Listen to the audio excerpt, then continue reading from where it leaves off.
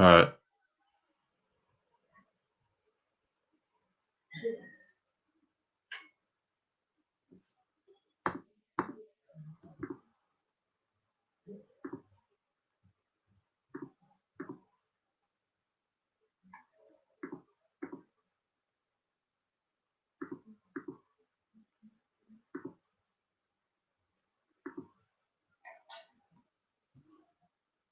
Welcome to all you who just got here, and welcome back to the people that have seen the other stream.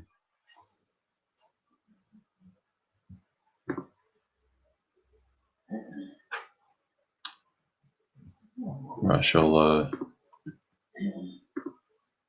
put this stream out on social media. Let some more people on. Right. So we got to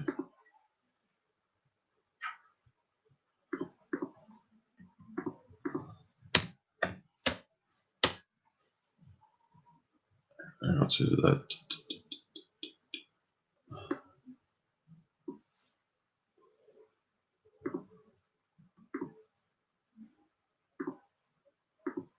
Just need to copy it and paste it into the Twitter and Facebook right now, so it shouldn't take too long.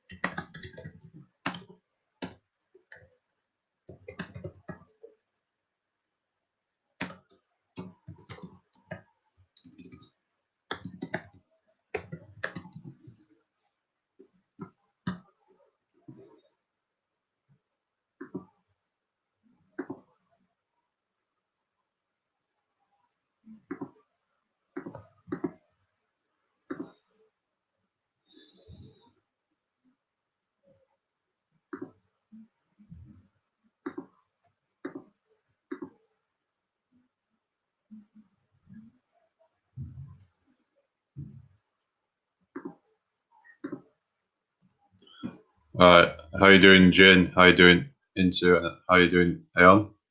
Right. So I'll put the link out if anyone wants to join in. Yeah. So let's do that. Just copy it and paste it in the chat.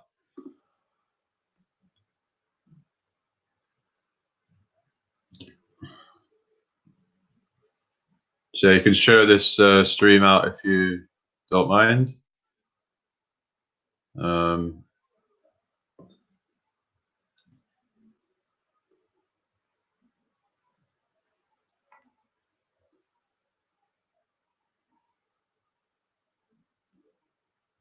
It might help so more people find it. Right. Primo is on again. All right, let's add him to the stream.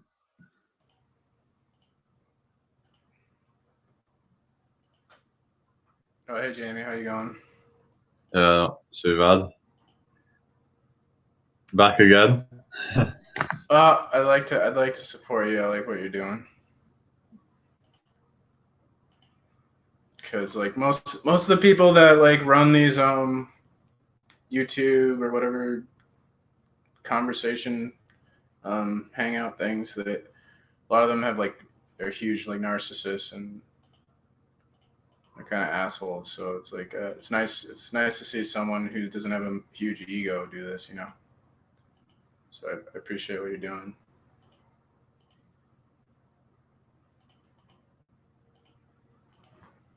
But I was just on a panel. Yeah, I was just on with Jose's. There were a bunch of people on there being jerks to flat earth people.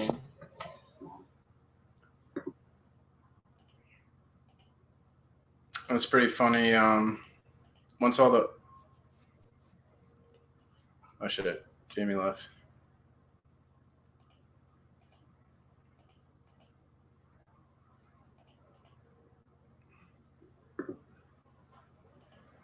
Sorry, it was just an internet issue. I don't know what you said then, really. Oh, I was saying like I like what you're doing. That's why I'm coming. I trying to support you because a lot of the people Yeah, I that appreciate that. a lot of people doing these hangouts, you know, they're kind of huge narcissists and bullies, and you're like you don't have a big ego, you know, you're pretty down to earth and nice, and so I respect, you know, respect what you're doing. I appreciate what you're doing. Yeah, I just want to say hello to OK Go 1 2 3. Oh, There's just something I've heard like about.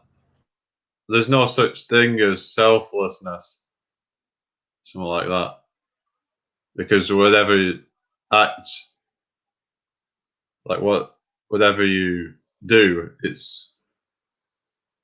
there's always like a selfish kind of motive behind it in a way, even if it's benevolent. There's always like there's a self desire there. Otherwise, you wouldn't do it. yeah, I don't think it's wrong to be selfish.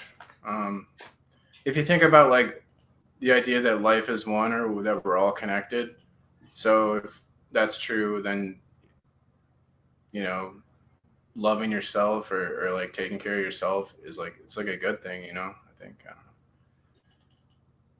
You can't really be Yeah, selfish. in a way, sometimes being selfish can actually be kind of um, have like a sort of positive effects on other people. Yeah, So if you and take care of yourself, then it's gonna.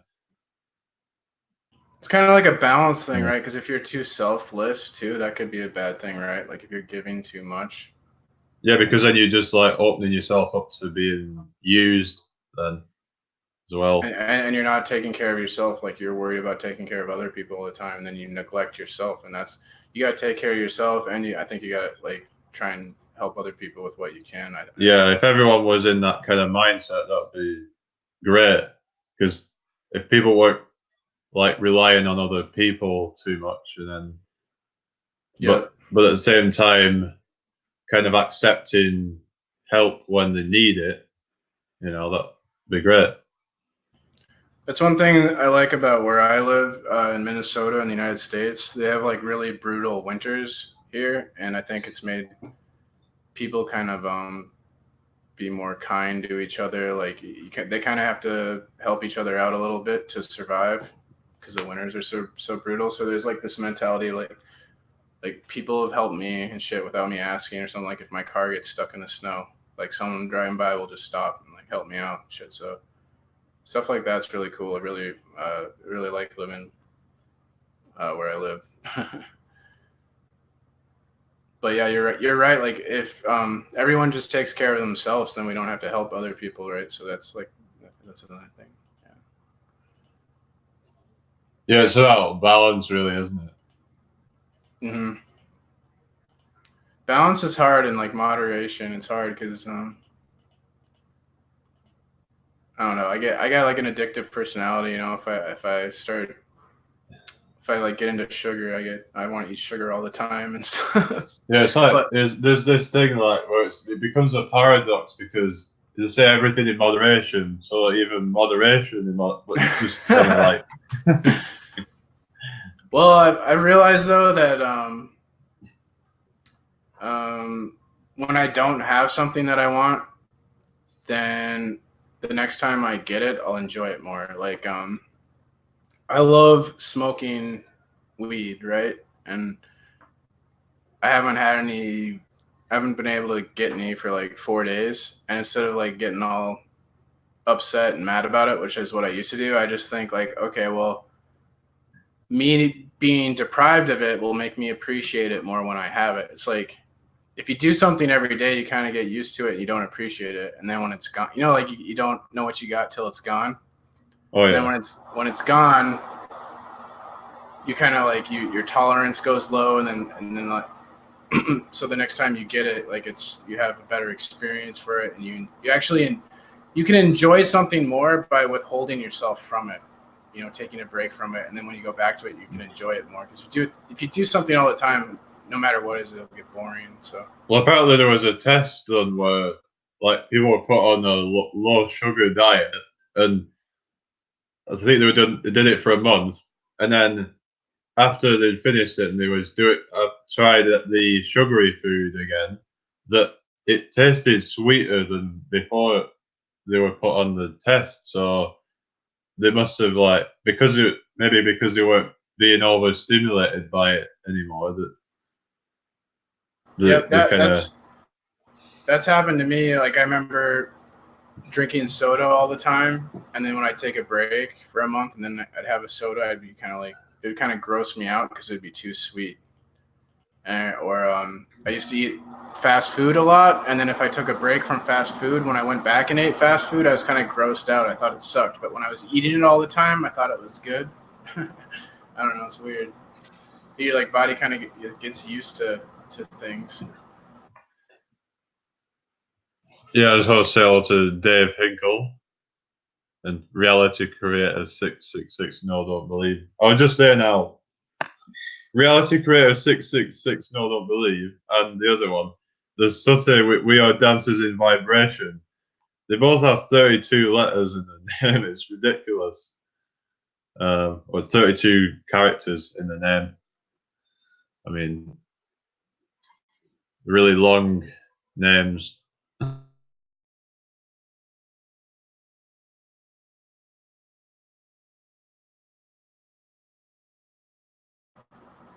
Yeah, I was just over at Jose's channel. That place is like crazy. Yeah. Just Okay. the flat Earth and the ballers were just fighting each other. Let's go on with PMOs.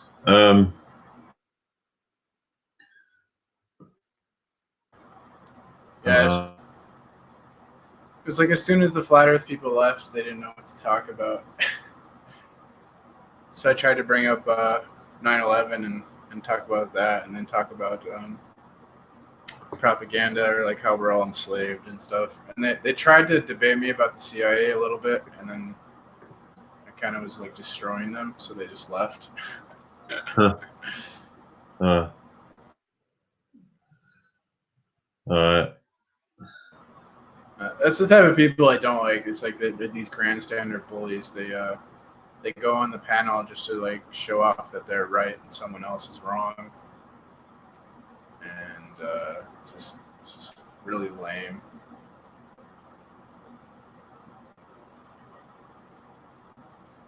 Yeah. Well, it's like ego, isn't it? Yeah, it shows like they're like really insecure, and they think they're so great and so smart and shit. And then as soon as the topic goes away from flat Earth and I'm trying to talk to them, it's like they all ran away. They didn't know what to fucking do. If they're not talking about flat Earth, they have no idea what to fucking talk about. But they hate flat Earth.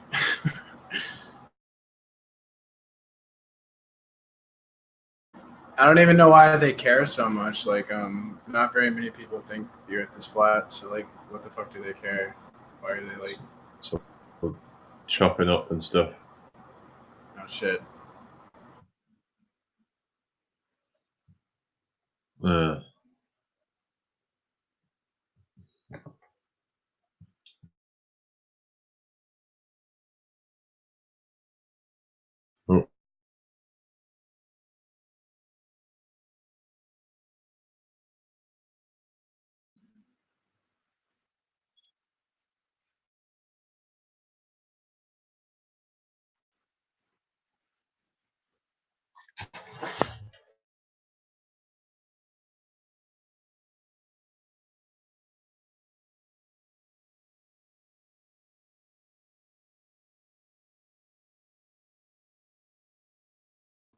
Oh. Oh, PMOs is gone. Okay.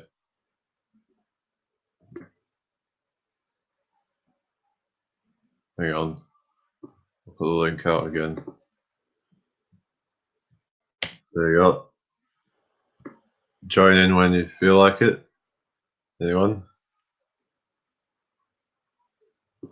Yeah, it's open discussion. Feel free to bring up whatever you want.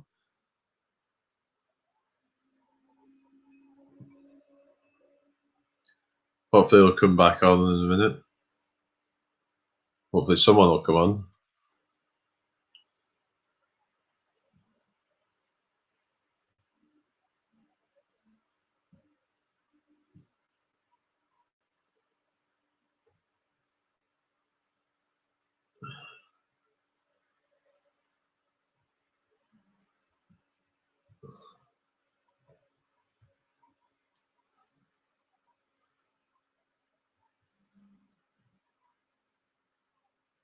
Right.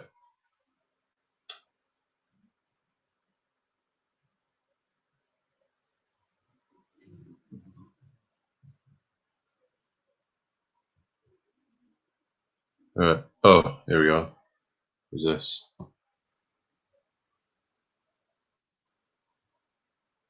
Hello? Hi, Jamie. Hello? Hello? Hi, Jamie. I'm hearing some feedback. Oh, that'll be my computer. Hello? Yeah, it might be your watch page you need to turn down. Oh, that'll be my computer. Is that better? Yeah, sounds better now. Oh, great. Sounds all right now. It's my stupid computer. It's having But it's all right. it was having a funny fit. So what's on discussion tonight then? It's just open, really. Just if anyone wants to bring a topic up, and they can kind of bring it up. So is Jez not coming on tonight? You know? I don't know. I haven't, to be honest, I haven't heard from him in what, a good 10 days.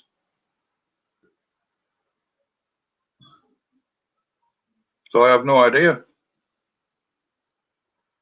Yeah. But I suppose anything's possible. Oh, here we go. Edge. All right, so add to stream. Right. JM. I'm getting some feedback, so you want to mute your watch page. Hello, Jamie. Yeah, sorry, can you just mute your watch page? Getting a lot of feedback here. Sorry, Jimbo, that was me, lad. Sorry. No worries. Just hang on, it's still doing it a bit. No, I've muted the other page, mate. Let's test it now. I'm still hearing some feedback. Not from me, Jamie.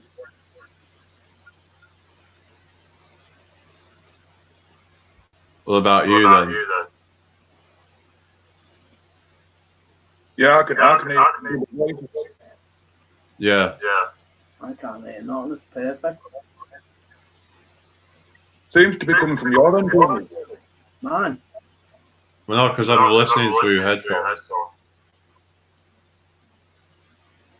I can't hear nothing. It's perfect. It's very quiet.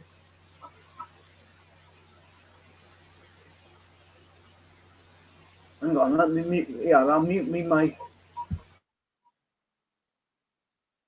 Right. Don't hear any feedback now. So it must be coming from AJ's side. It's fine now. It could be his mic. Yeah.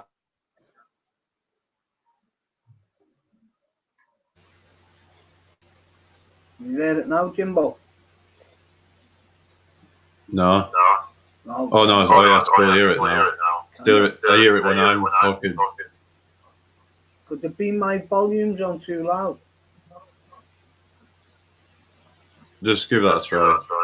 Alright, I'll mute it and then I'll just go into the settings. Alright, thank you. All right.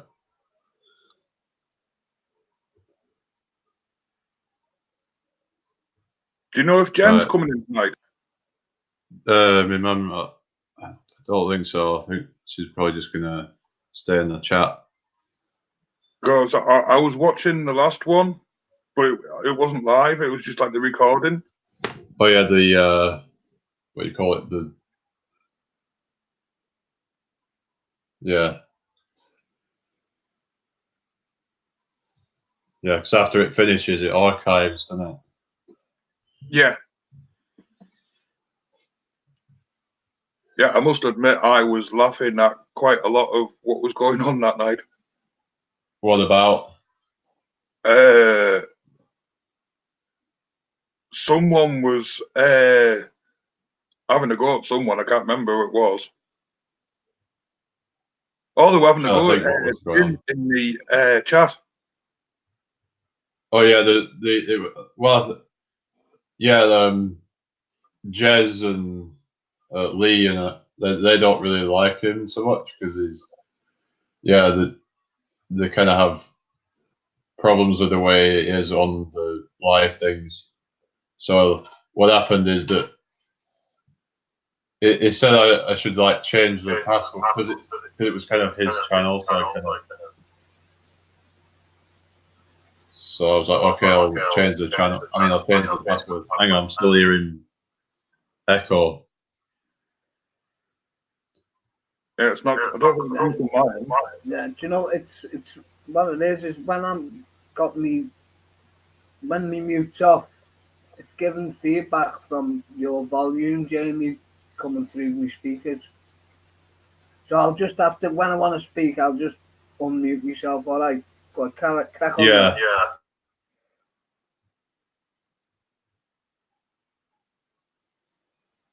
Yeah, I must admit I had a few issues with Jin the first time I came into the chat. What issue was that? He seemed to be firing quite a lot of questions at me, some that I didn't really know the answers to, and he wouldn't let up. He wouldn't even give me a chance to answer any of the questions. Yeah, it seems like that what he does is there's this thing called it can be a tactic that people use. It's called snow jobbing, I think they call it. It's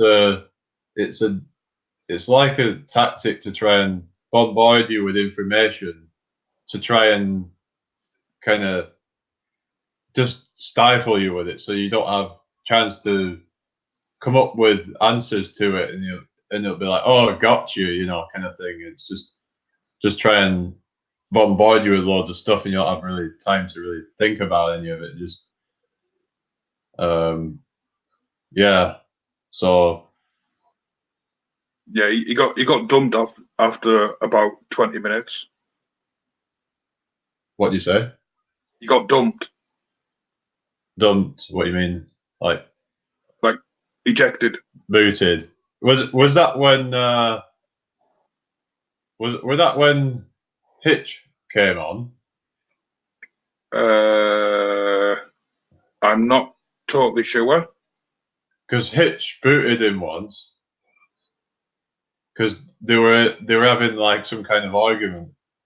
Because they have this kind of disagreement about things. Because that they don't agree with it, so they were arguing, and then it got really heated, and it started getting a bit kind of lame. Where I don't know, Jin was going on about how Hitch was like mixed race or something. It's like, I don't know, it just seemed a bit kind of like it was going a bit too far with the way they were kind of going on it. Yeah, it got a bit ridiculous, but that can happen quite a lot in these sort of arenas. But like I said, he got booted after about 20 minutes. I mean, to be fair, Jez did come to me rescue type of thing.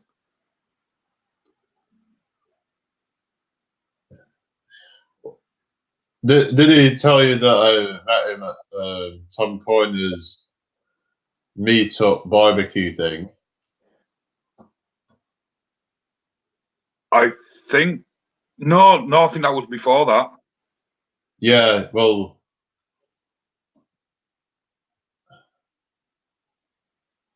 I'm just trying to think if I've spoke to him since then. I don't know. I've spoke to Lee since then, but just trying to think if I've spoke to him since then, because that was that was about 9 days ago. Oh, this must. Well, when I was last in the chat, it was about 14, 15 days ago.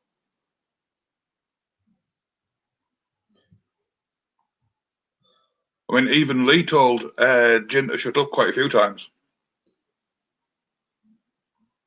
Yeah, because what happened is like I've noticed there's been like like telling people to stop talking because he's trying to talk or something. But then when other people are trying to get a word in, he's just saying just butting in with stuff, and so it's like, well, how are you supposed to have a conversation with him if he's going to be like that then? Well, it's an impossibility, isn't it? Really? Yeah. Oh, your mum's just posted. Yeah. So, yeah, I'll bring the laptop. Oh no, we could probably just do like a stream. Yeah, I'm gonna do it on my other channel, on my new one. Yeah, she in that recording I was watching, she was talking about a new bungalow or something.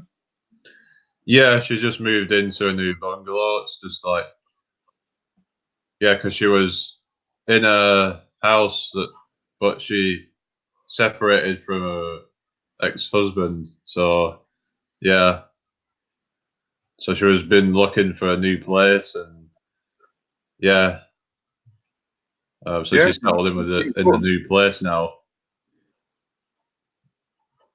I think having 25 curtains is a bit of an overkill. Like, I think she said about, I don't know, it was a 10 or something. I don't know what it was, but it's quite. But she has to have something to drown the noise out, though. That was what it were. oh right, okay, Because it's a pretty busy road, yeah. and yeah, she's like struggled to get to sleep with all the noise apparently. So it's just like a kind of, I guess, like a kind of makeshift sort of solution, really. Well, she's done it out good.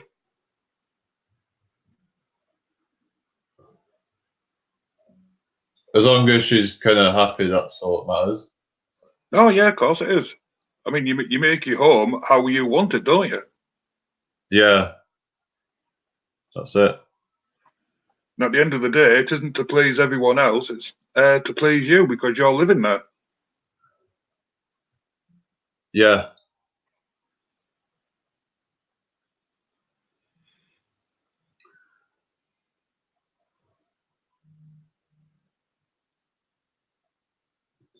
Oh, isn't AJ talking?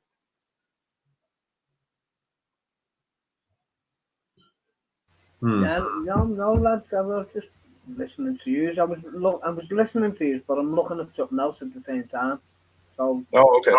I'm enjoying the chat. You just crack on, and I'll jump in a minute, or when I want to talk about something, if that's okay with you, so. Fine with me. Right. Yeah, sounds all right. You just crack on, lads, and then if anybody else wants to join the panel or anything, I'll jump out or whatever. No problem.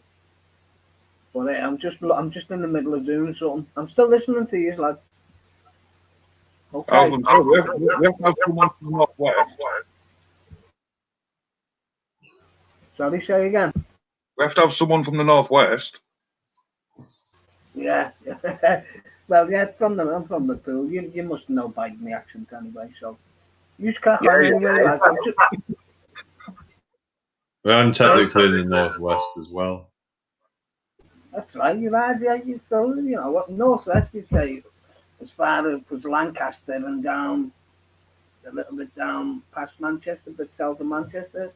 Sort of all. Leaving up to Carlisle, really. Well, yeah. True enough if you want to go further, yeah. True. Well, I'm from the opposite side of the Pennines. You understand? And where are you over Leeds past, or even going to the east? 8 miles away from Middlesbrough.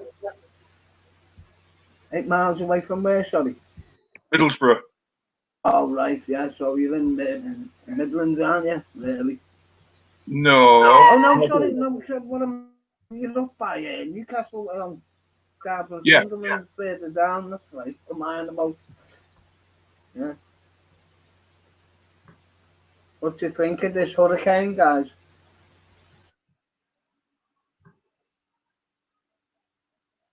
A lot of hot air, really. A lot of hot air. Funny. Mind you, saying that, I don't fancy being caught in a 185 mile wind. Do you think it's a natural hurricane or a man-made one? Oh, it's definitely man-made, this one. Yeah, what they're saying is it's moving at 1 miles per hour or 2 miles per hour. Now, at 2 miles per hour, you move at, 2.93 feet per second. So at 1 miles per hour, that hurricane is moving 2.5 feet every second.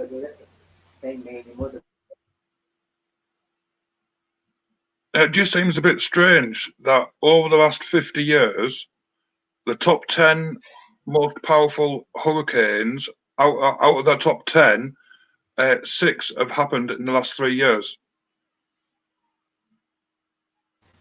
Sorry, fella, I missed that. Say that again. Over the last 50 years, if you take the top 10 most powerful hurricanes that have hit America,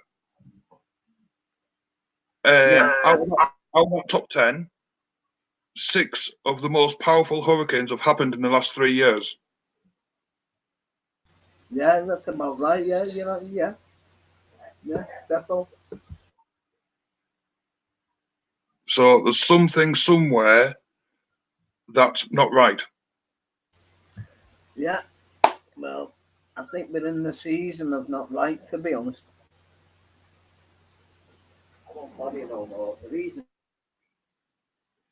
They blame it all on global warming, won't they? So all the extreme weather. What do you think about that then?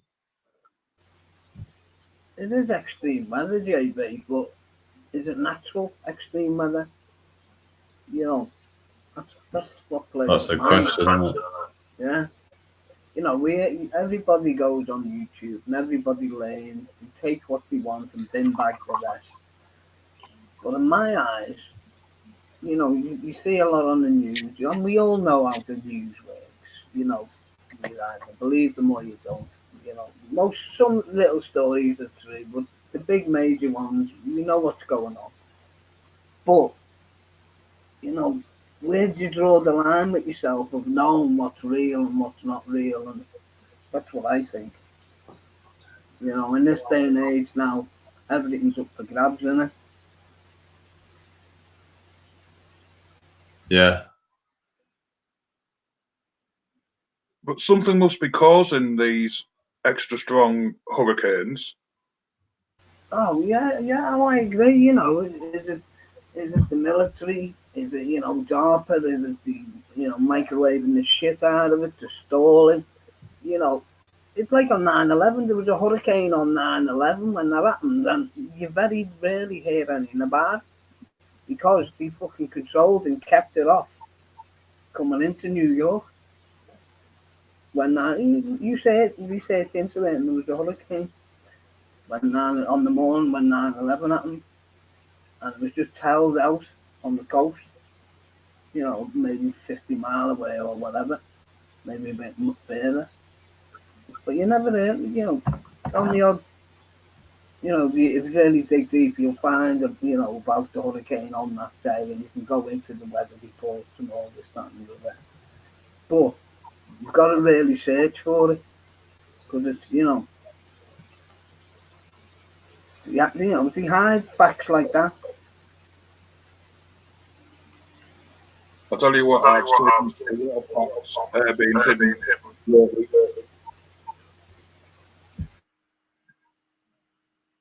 Say again, fella. I've noticed quite a lot of facts getting hidden lately. Yeah, well, facts are there to be hidden, aren't they? To me, honestly, I'd rather fucking hide all the politicians myself. Fucking stick them all on an island. Let them fend for themselves, the bastards. Isn't that being cruel to them? No, I don't think it's being cruel. I think it's, you know, put them all on an island, a little tiny, all the evil politicians and all the principalities, just stick them all on an island, give them a load of food and say, like, fend for yourselves like we had to. Simple. That's my feelings anyway. Well, anyone can be better than what we've got at the moment. Well, it's not going to get better, is it? You look at the last 30 years, 40 years, just going from bad to worse to even worse. And people, you know, living in a daydream thinking the world's going to get better. You know, all this green fucking what they're trying to do and, you know, global warming shit and all that. Never going to happen. But to be honest, I think that global warming has nothing to do with it. Which to do with the hurricane. Well, that and the excessive temperatures like we've been having over the past 5 years. Global warming's a scam. For the carbon tax ritual and all that bollocks. It's not Yeah. It's fucking just a scam to get more fucking taxes out of us. To bleed, they're just bleeding us dry. I heard that Amazon thing's a load of rubbish. That it's not. That it's been like kind of a lot of hot air with that as well. Somehow it's become like the rainy season now, and it's all like washed away. Yeah. It's like, you know, the saying global warming. Well, yeah, it's been at its coolest for the last 3 years.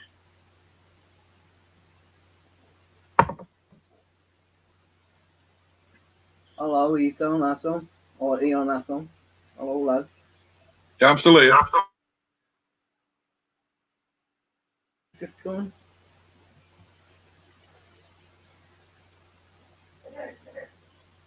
Who's just joined then? Yeah, so Oh, lad. it's muted at the moment, so I think he'll just like. Ah, right. How's that? Wait. Yeah. Can you hear me on the page? Sound okay, yeah? Yeah. Excellent. Great. Yeah, sound that on, lad.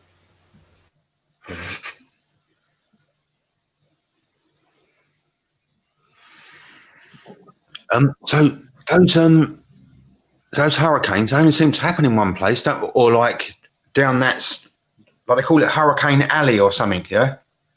They usually start in like off the coast of Africa, don't they? You know, Right. down past the Canary, not the Canary, the fucking land, you know, Tenerife down that side.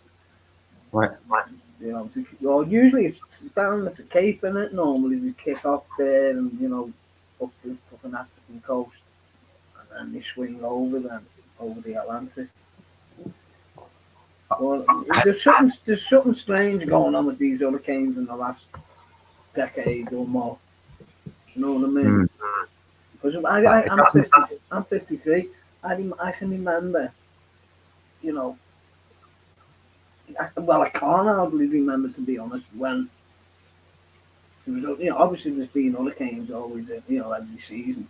But there was, you never heard about these hurricanes when I was like in the 70s and early 80s, and then all of a sudden, in the last from the late 80s, early 90s, everything started kicking off.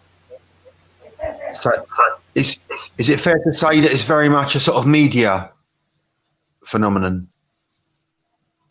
Well, obviously it's got to be a media phenomenon because, everybody's glued in now, aren't they? We're all plugged in, basically, in a sense, sort of thing. You know what I mean? We didn't have news like we get it now. We're fed it fucking like for breakfast. Yeah. So, obviously, I mean, YouTube was designed and set up, the internet was set up in Switzerland, the way they done it. I mean, to be studying us for fucking hundreds and maybe thousands of years, you know what I mean? So them lot up the top, they've got us down to a T. They fucking know what fucking colour toilet paper we use, you know what I mean? That's how clever they are. I don't know if they're that clever, mate. Don't give them too much power. No, I know that, yeah, but no, but the thing, I know they're all devils and evil, right? But the thing is, they've been doing it for hundreds of years, and they're still getting away with it. They're still getting away with it, aren't they? So going back to the hurricane thing, yeah. Without actually being there, what do we know? They just feed us with numbers and stuff and statistics, and I wonder if there's anything unusual actually happening. None of us have ever been there. None of us know what's actually going on there. They just play on our inquisitive nature and our sort of the way we respond to fear. Yeah. Well, what I can say is this Hurricane Dorian, right? Now they're saying it's moving at 1 miles per hour. At 1 miles per hour, that hurricane will move 2.93 feet per second. Now at that rate, it's going to be fucking Christmas by the time it gets to, the actual eye. It's closer to the coast, the east coast of Florida. You know what I mean? A normal hurricane moves between 10 to 35 miles per hour. How do we know this? Well, I've looked into because we believe anything. I've looked into hurricanes from 20, 30 years ago, and I've looked at all the numbers, and these hurricanes of the last 20 years, they're not moving like the hurricanes did 30, 40 years ago and even before that. They didn't have the same tech. The hurricanes, they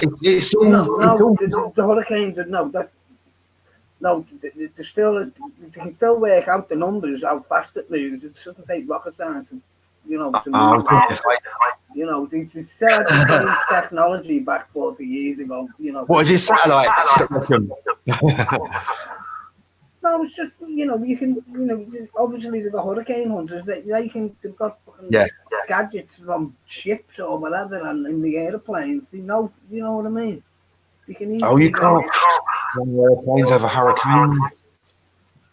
I just think it's all bullshit myself. So do I, mate. Or I would suggest there's an element of truth about it. There's something happening, like some meteorological phenomenon happening, but it's like it's just another scare thing, isn't it? They do it with everything, and we're so susceptible to all this fucking pantomime. They just want to frighten us with statistics. Like, they're telling me some numbers. Oh no, I should be really scared. You're right. It's all propaganda and fucking, you know what I mean? They give us Alex Jones, and even before him, there were other clowns fucking telling us what to do, think shit and drink. Just the way the world is, mate. I hear so much about climate change and people saying they're changing the weather and chemtrails. I don't fucking see it anywhere. It's exactly the same as it always. It's like not exactly the same, but if you know what I mean, nothing's changed. I'm also 53, yeah, and I've been around a lot. I've been around and about. I've never been anywhere that looked really, really, really dangerous. The worst weather I ever experienced was at It was that 1988 storm in England, and where all the trees were blown down. Yeah, and I slept through it. I woke up in the morning and I heard it on the news, and I cycled to work, and there's all trees all over the place been knocked down. I didn't even wake up. That was the famous broadcast, wasn't it? Where he said, "Oh, everything's okay. You don't have to worry about it." What was his name? Bill something money. Yeah, Michael Fish.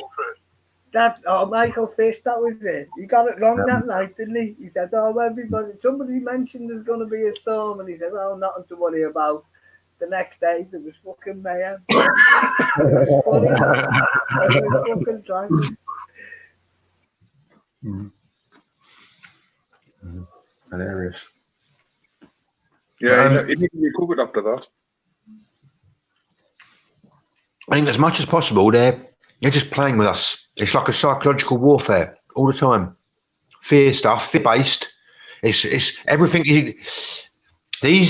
We're dealing with psychopaths, and how psychopaths operate. Their biggest weapon is fear, and they use exaggeration. Like if they want you to think something's really powerful and really big, they'll just exaggerate it, or they'll make something seem really small if it suits them. Like they'll play with everything. They don't tell you the truth. They'll spin everything. Yeah, that's what they are. That's the fucking principality psychopaths. Yeah. That's all they are. You know. I mean, one thing I can't go over or understand about the Great Storm, and I'm sure I'm talking about the same one that you were talking about, is now I live in a place which is commonly known as Cardboard City. Now, our house, as well, until recently, didn't have any bricks in it. Now, our house remained unaffected, and yet quite a lot of brick-built houses and buildings collapsed. Wow, that's quite incredible. Just goes to show that the cheapest houses to be built can also be the strongest. I'll huff and I'll puff, and I won't blow your house down. Well, the 90-mile-an-hour winds never got a look in on our house. Yeah. That's interesting. I felt sorry for the 5 of the 7 oaks that fell. Because I can remember that storm very, very well.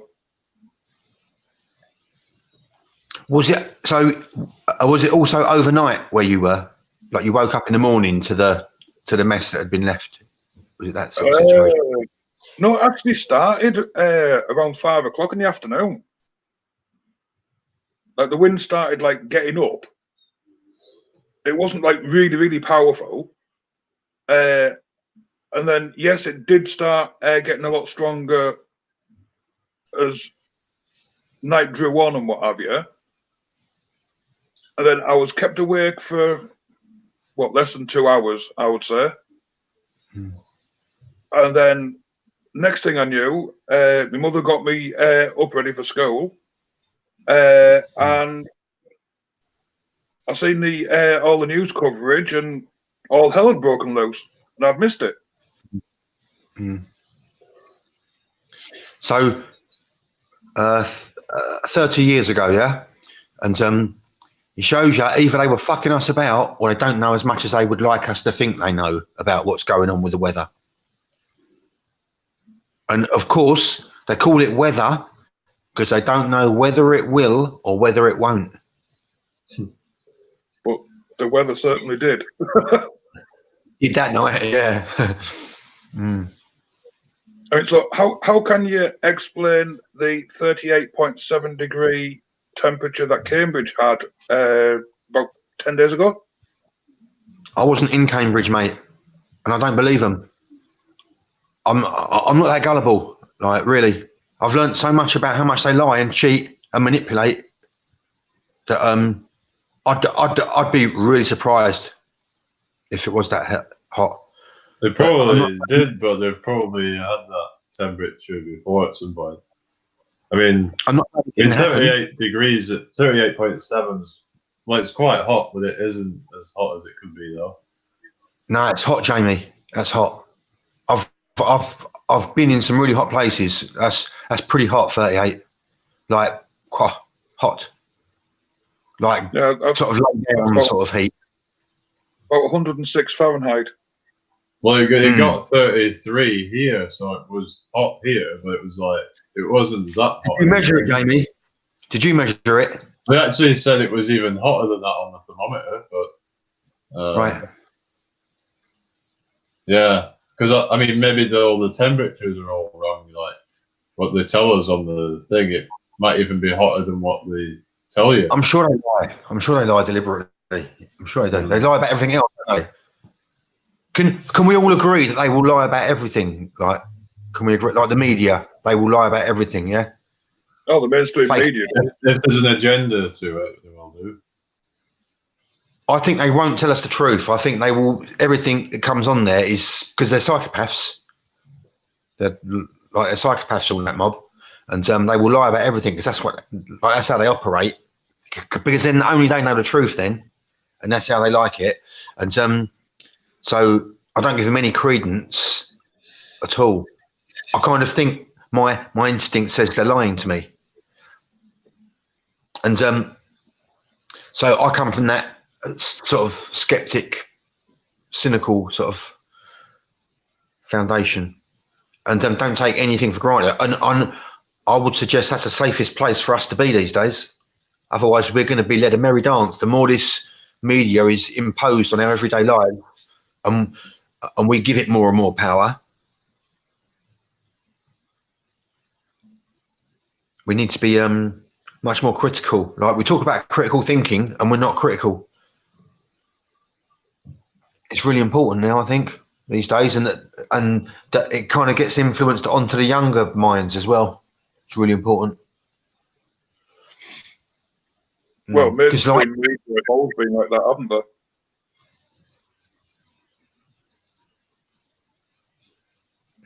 yeah, They only report what they want you to know. agreed. And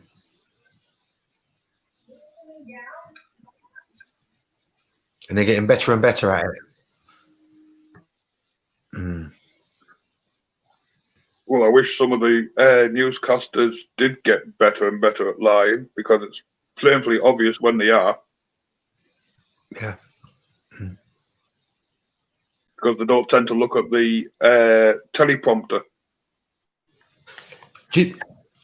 So they must train, mustn't they? They must be trained in it, mustn't they? In like being believable. Oh yeah, they are.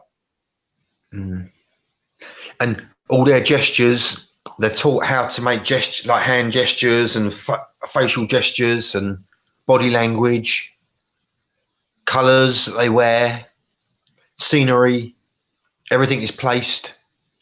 To create a certain effect in the mind, an authority, tone of voice, inclination, tempo. Yeah, I do have to agree with that part. If someone in sort of everyday life spoke to any one of us how they speak on these news programs, you'd think they were talking stupid. Like it would seem, they've got this kind of way which they deliver information. It's like a whole way they actually structure it and let it flow. In like if we weren't watching it on a screen, it would be laughable if someone sort of did that in the street, for example. You'd wonder what they were, what they were up to. All I would say to them is, have a word with yourself. Yeah.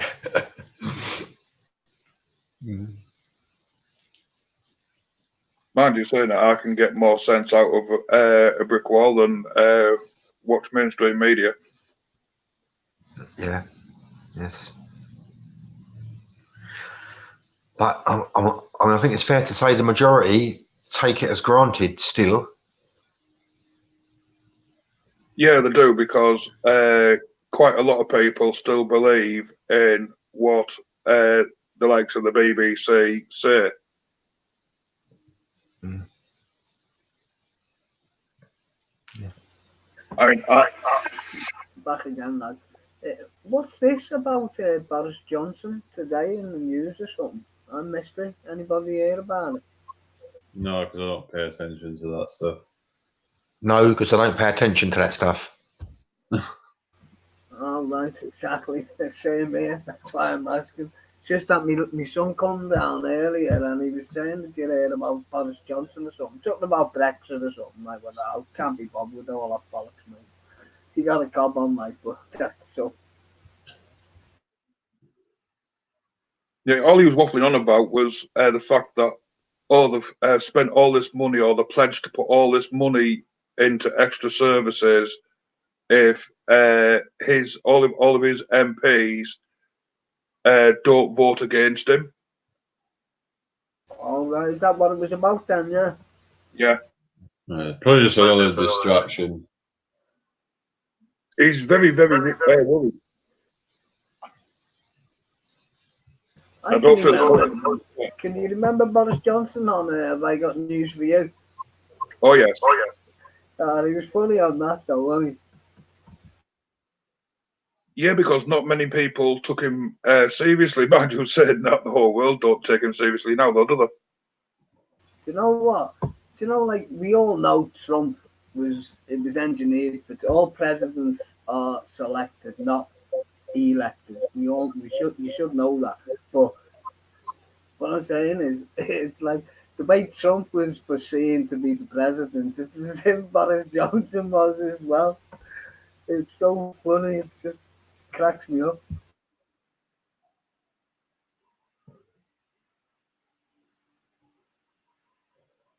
Have you made your cup of AJ? Yeah, I've got it here, lads. I was sitting there for about 15 minutes and I was down for the best. I thought, I'll have to go for the best. So come on, a minute, lads. Well, you know, Just sitting there having a little bit of weed, just chilling.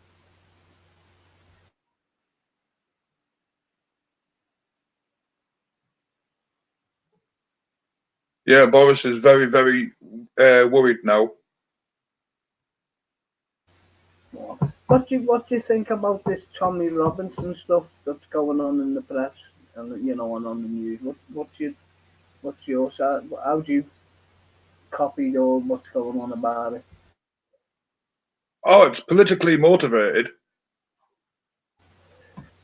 Do you think?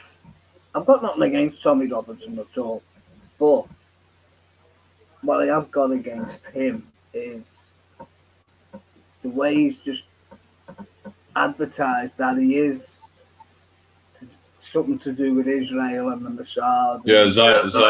Yeah, and Zion. It's so blatant. It's and everybody's jumping on the bandwagon. He even come to Liverpool and there was kickoffs over it, and there was no need for it. It's just organised crime in my eyes from the media. It's all it is, organised crime. Not just Tommy Robinson's show, all other shows. You know what I mean? Well, the BBC don't like Tommy anyway, do they?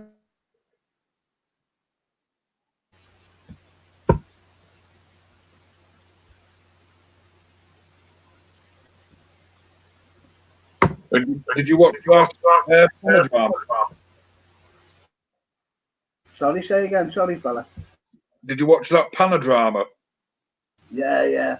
Yeah, the BBC. It's a BBC production, I think, when you think about it. You know what I mean? No, it's the one that Tommy Robinson done live outside of the BBC studios in Manchester. Yeah, but what I mean, you got to think think past the goalposts. You don't even have to move the goalposts. Just think past them. You know, he's outside the BBC doing a propaganda, a hit piece on the BBC, where basically, you know, the BBC could have easily had him removed even before it was started, but they let it go on. You know, you look into the BBC and you just look at the history of who runs it, and you know, it's you know, the BBC is worse than fucking state TV in fucking Russia.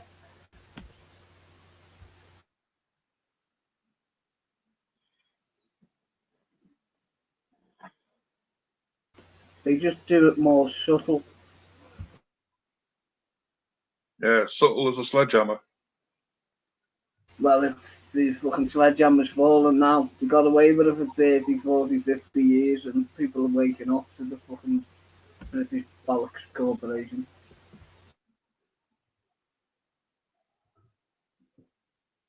Yeah, I mean, I don't watch the BBC anywhere near as much as what I used to. I still check in to make sure that they're telling the truth or trying to tell the truth. Exactly. Don't switch off from the media. You've got to watch the media, all media, because you can see the plan and the way they play and everything. Once you're awake, you understand CNN, RT, ABC, CNBC, fucking Fox News, BBC, Al Jazeera. You understand where the stories, and you know, if you shop around, you'll get your hand over a good bargain with the news media.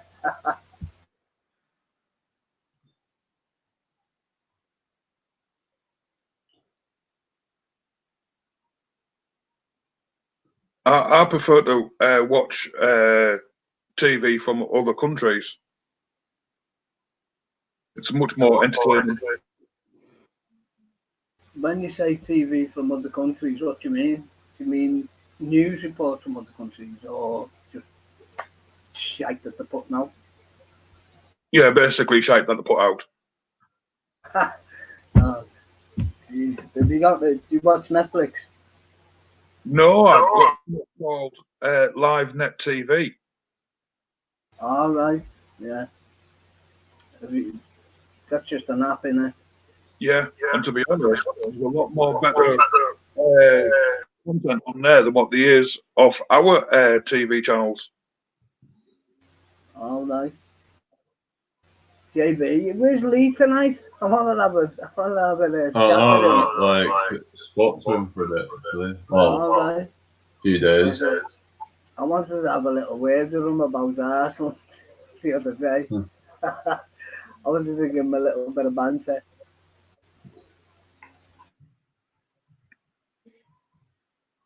Oh, you show up about Arsenal. Don't tell me you're an Arsenal fan, Jamie. No, I don't support any team. I was just doing the whole Lee thing. Didn't you ever support a footy team when you were a kid, James? Not really. I didn't ever really take to any of that stuff. Oh, right. So you never bothered with cricket or anything? Nothing. No, not really. What you get into? Just your music?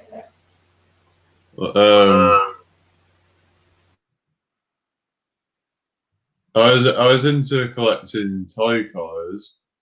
Do you know what? When I was from 13, I used to buy dinky cars and trucks and all that, metal cars and everything. And I kept them all in the boxes and all that for years, mate. And I ended up selling them all. Silly me. And I had all the thing is, like, if you keep them in the box, and you can sell them for loads. Look, do you know what, mate? Tell you what, there was some lad who got me into it when I was about 12, 13. And this would have been like in the early 70s or mid 70s, 70s, I don't know, 7, something like that. And he was into these dinky cars and all that. And he had these, like trucks and everything, American trucks, but made of metal and all that in the boxes. And I was like, that, what, I'm going. So I started getting into it. And I got a bit of a collection, you know what I mean? And I've looked now at some of the ones I had back then, which I ended up selling when I was in the early 20s. the prices of them now are just astronomical. You know, you're talking like one of the trucks you could get £5,000 to £1,000. You know, some of these old trucks that, you know, when they brought dinkies out, amazing. Yeah.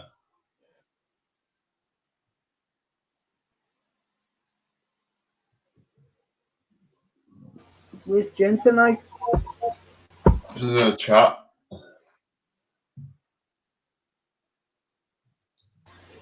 Oh, Jessamine, sorry. Oh, Jez. Oh, I don't know. I was asking, what's your name? Sorry. Phil. Phil? Phil, as in Clinton, but don't call me that. Oh, yeah, Bill. Yeah, Bill. Yeah. Because I certainly didn't have sexual relations with that woman. She wasn't a woman, by the way, you know. Oh, yeah, I was going to say, I don't know. Lewinsky wasn't a woman, by the way, fella. Well, I just thought I'd add that little bit of information, that was all. Don't worry about it, Bill, lads. Yeah, doesn't Jez live in Japan, Jim?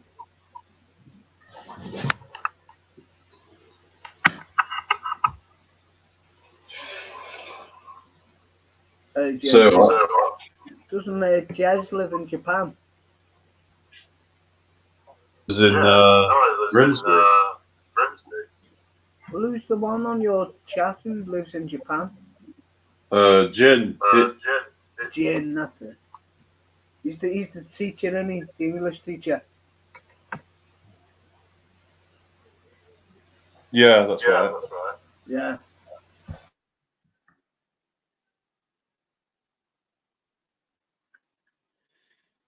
I'm just going to go and put the kettle on, lads. Won't be 2 shakes. Go for it, fella.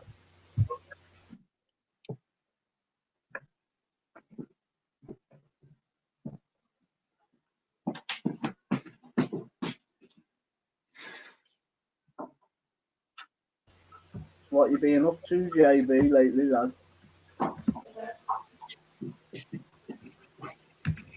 Was that walking earlier? Oh, right. You got a bike, haven't you? Push bike. Yeah, it kind of needs sorting out though. The brakes are not working properly. All right. And I'll have to strip the bike. My brother-in-law, my sister lives next door, and my brother-in-law had an old bike, and he just gave me about 2 weeks ago. I just stripped the brakes and all the gears off and the chain and that, all that, and then just bin the frame. What type of bike have you got, JB? It's a cross bike. What's the frame? What size frame is it? Can't tell you. About a 27 or 29. You're a big lad, aren't you? It must be about a 29, 30-inch frame. How big are the wheels on it? How big are the wheels? About 27 or 29? Not too sure. They're more chunky than a road bike tyre, but not as chunky as a mountain bike tyre though. Yeah. Do you know the size of the wheel though? Or the size of the say that. I couldn't say what size it is really. Oh, right. I'd have to check that. Right, okay, yeah. We've got a couple of spare brakes and cables there. Just I can send you them if you want them. I don't want no money, you know, and you can have them. Yeah, I'm not bothered. Yeah, whatever, lad. I just needed to check it out to see what needs doing. It might just be that the cable needs tightening up. I don't know. All right. What's that on your brakes, is it? Yeah, it's the What are the like a caliper brake or the old type brakes? well, it's the kind of new type. It's the disc brakes, Yeah, not the disc with hang on. It's the what you call it? Disc with the pads. It's not. It's the new one. I think it's the what you So you call have it. to pour oil in it. You have to pour oil in it. Is it oil brake? No, it's metal. Yeah, you got the disc and you got the pad, like a caliper that goes over the disc.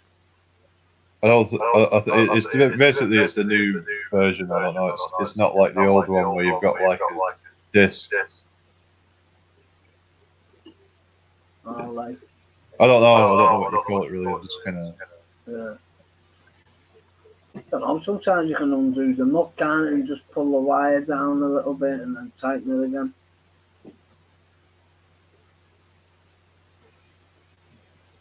Yeah, I suppose.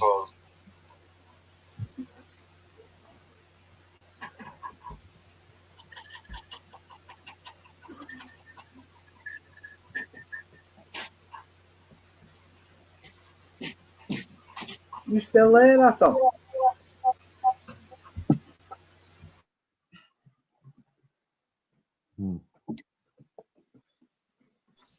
Yes, I'm here.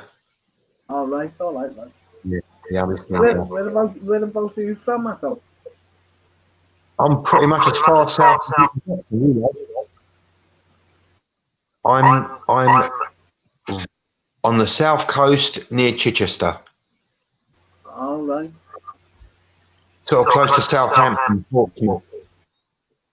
Yeah, Southampton, down the Portsmouth, South, right across, South Coast there. Mm. Do you support Southampton? No. In my younger years, when I followed football, I was a Chelsea supporter. But this is when they were in the old.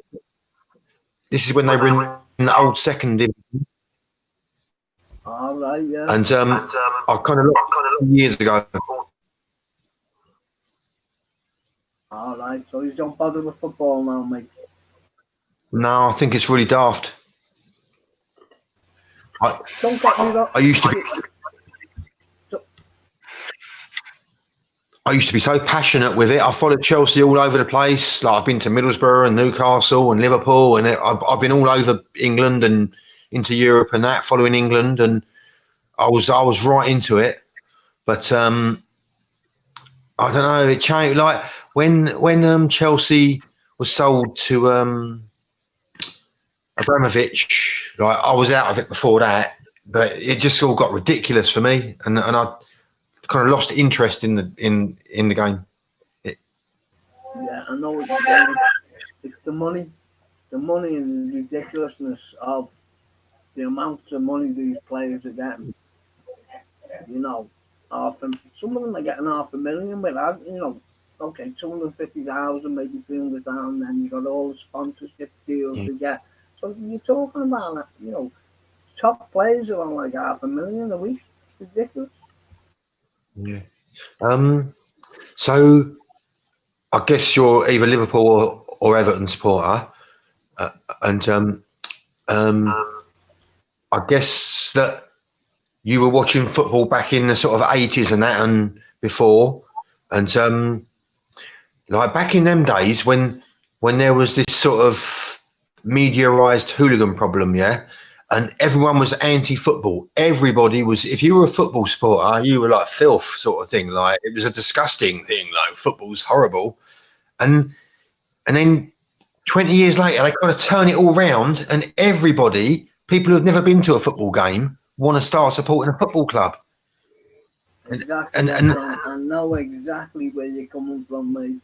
You hit the nail on the head. Back in the 70s, we had Fulham, West Ham, Man United, Liverpool. They all met. I can remember when it was in the papers when there was a game at Anfield and darts were getting thrown at, supporters at each other, Man United and Liverpool game. I was in the paper next day, fella with a dart in his face sort of thing. And it's, Fulham, West Ham, it was as if, I don't know, it was, the hooliganism back in the 70s and early 80s was rampant. And then, as you say, they turned it around. It's just weird the way that's happened. But maybe all for the good. I've always loved the football team.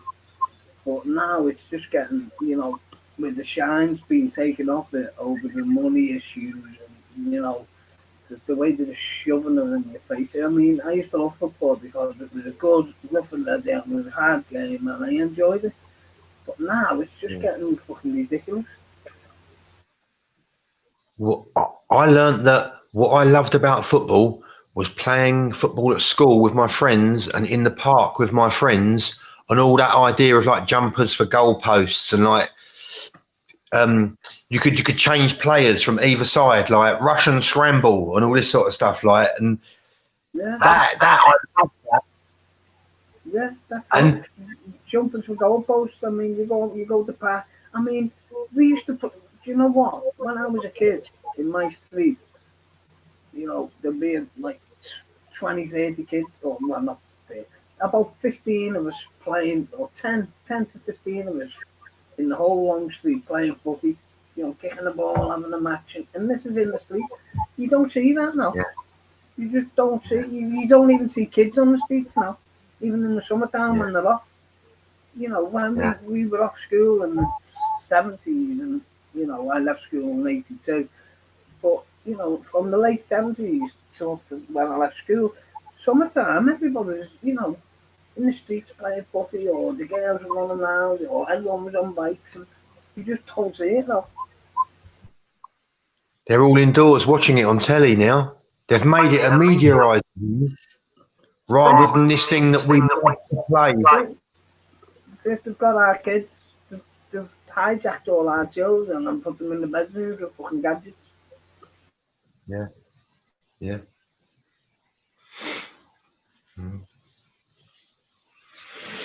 that's what I realised from it all, that it was, they played on my love and my enjoyment of playing football in the park with my mates, and how much I enjoyed that. And they get you hooked into supporting a football team, and like you get a bit older and your uncle or your dad supports this team, and you start thinking, which team should I support? And but now it's kind of, it's everywhere. It's I find it quite sort of toxic.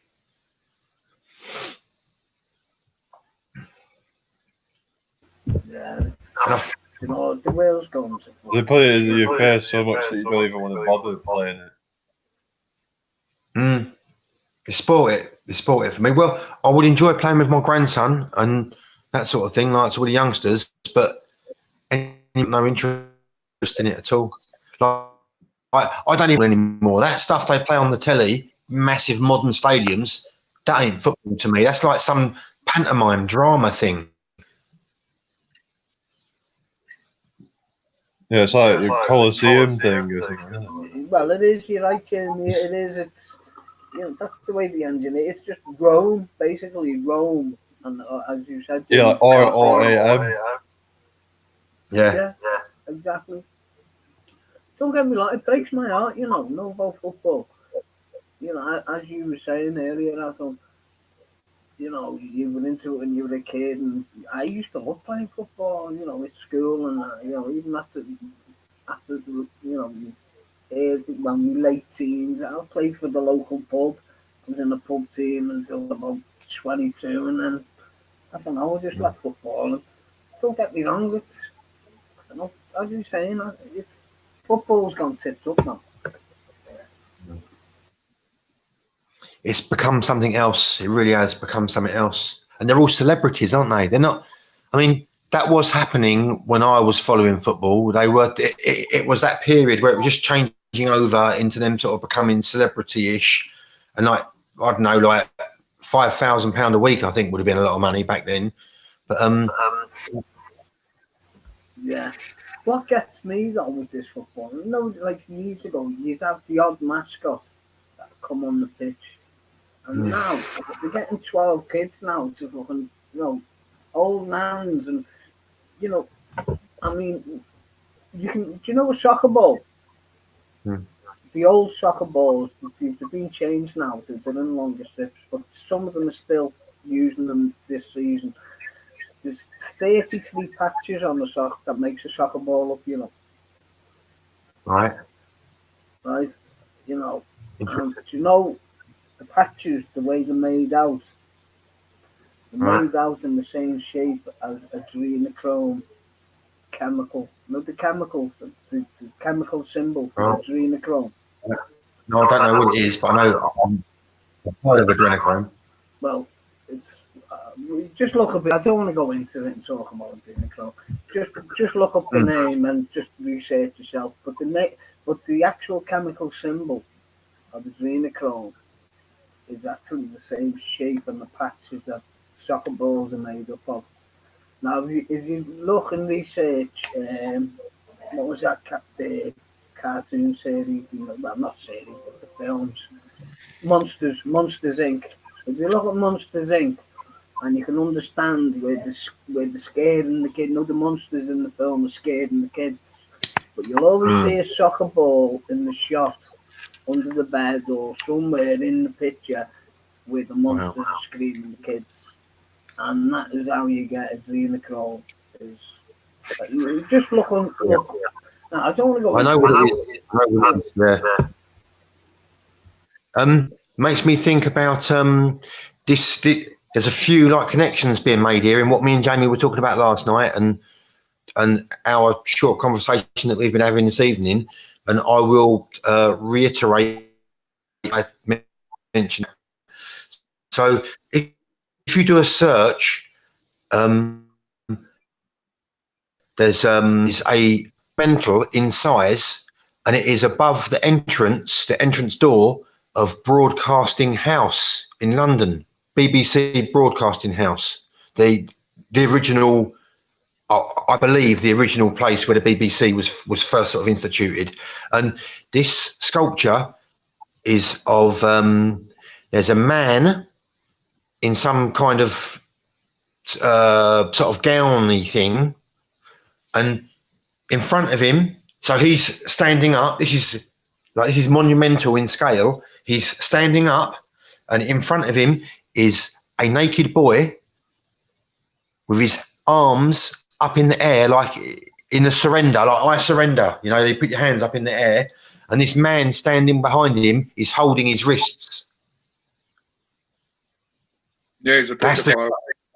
That's the sculpture that is above the entrance to Broadcasting House in London. No one says fuck all about it. No one says fuck all about it. Yeah, and is that in the no? I know what you're on about. In the old BBC building, the concrete one shaped in a letter U or an upside down U. Right, I don't know about that. Is it in stone? It's a sculpture. Yes, I believe it's stone. A friend of mine showed it to me maybe 8 weeks ago now, and that's the first time I'd seen it. And I've seen one video online about how disgusting it is. I'm amazed that it hasn't been taken down with all what we know about the BBC or all what we've been told about the BBC, and the uproar that there should be about all this. That should be taken. That should be ripped down from there, like by the people. It's heinous. It's heinous, and they're sick fuckers. And like you were saying about adrenochrome and frightening children, and the whole composition of this sculpture is absolutely horrible. And the man that created the creator of the sculpture was, I believe it was after he made the sculpture, he was nicked for raping his 3 children. And I'm quite sure that he was also done for bestiality as well. Nail on the head there, I think.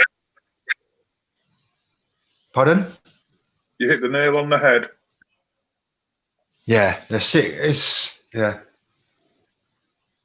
But that sculpture is actually a sculpture of a famous paedophile from years back. Right. Oh, it's I believe it's Jupiter. I believe it's one of or it's something to do with, I believe it's Jupiter, the creator of the sculpture. In his creation was something to do. I believe it was Jupiter, who's a paedophile. Yeah, and I'm just looking at that picture now. It's like a big god, isn't it? And he's got a kid, and he's standing up, and he's got a kid in front of him. Just hang on a second. Yeah. It's a big stone building. You got the canopy above his head, and he's standing there, and he's got a kid naked in front of him. Yeah, is that the one? Yes. Yeah. Holding his wrist. Yeah, he's got. Well, I'll have to expand it on a sec. Yeah. And Do you know what? I've We've- never ever. we've- Do you know what, mate? I've never ever seen that. Nice one, fella. Nice one for pointing that out. I'm gonna check that out later on. isn't it disgusting? It Isn't looks, it, isn't it like, it's wild? got a young kid standing in front of him. From what I'm looking at now, And- it's got a young kid, and the young kid bollock.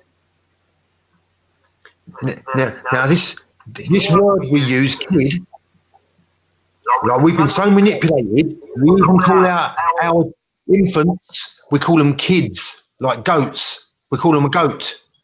Exactly. A kid is a goat. They're infants. It's the sheep and the goats, the wheat and the tares. They're juveniles. When we were that age, we're juveniles. We're infants. We're not kids. It's weird how they get into our minds. They put all this stuff in. We'll believe anything. We'll repeat what if they tell it to us enough times over and over again, we'll start using their language. We've been made so fucking stupid by this me dire. Like media is me die, eh? That's what They've killed us. That's what the English language is. It's babble. It's spells and cursive. That's what actually, if you look up the meaning of the English language, it's babble. And babble is like, it's basically bab, L, which means the stairway to God. Right. That's, there's many languages, Hebrew, Phoenician, and Greek, But, you got to look at certain Hebrew. Like you're getting the Hebrew now, and then you're getting the very old Hebrew, which is when you research, Paleo. you're getting the Zionists now who are giving you Hebrew that isn't the actual Hebrew. They're that crafty. Right. Same with the Greek. That's why God made the Bible into English, because he knew the Bible, which is English, would get to more people around the world, because except the Chinese, like. But even there's a lot of Chinese English speaking, to be honest. Excuse me. I mean, the English language around the world now, most countries from say 40, 50 years ago, they hardly spoke any English. But you go to any country now, and you get a lot of English speaking of people who are of that native country that will speak English. It's the way the English language has gone the last 40, 50 years around the world, and that's all helped by the media, Hollywood films and TV series, BBC. So, that's all I'm saying anyway. But aren't we classed as the motherland? The motherland. What is the motherland? I thought it was the father's land myself. Well, that's what we're called. No, that's what you think it's called. Motherland is like Mother Nature, Mother Goddess. It's the way they program that word mother into your brain. I actually thought it came back from because basically we populated quite a lot of the countries. You mean the British? Yes.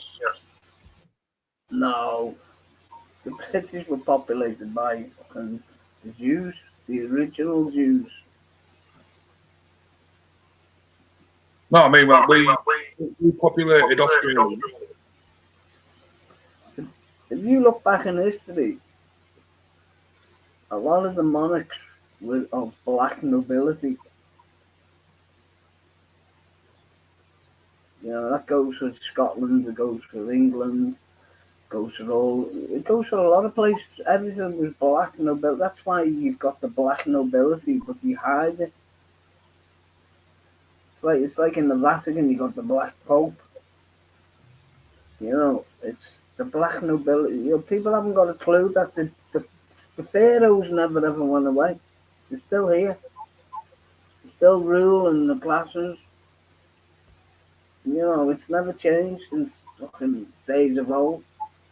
You know, Babylon just put a new coat on, became fucking Mesopotamia and fucking the Greeks and then the Romans. You know, it's just put a new coat on every fucking couple of every 500 years or whatever.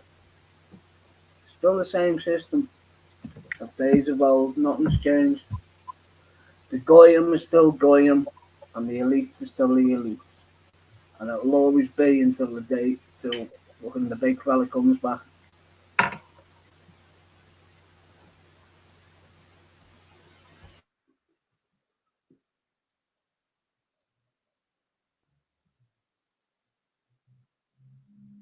Evening, Mick.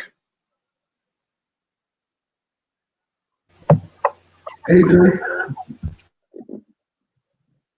Didn't wake it up, did we, Mick, lad? No, I was just listening. All right, lad. Where you from, Mick? Durham.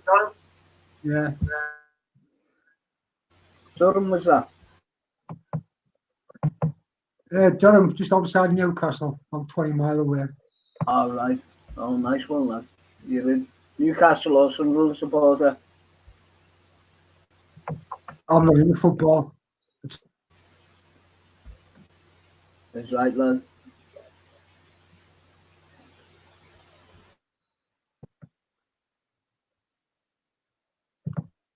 At least this side of the Pennines now has two.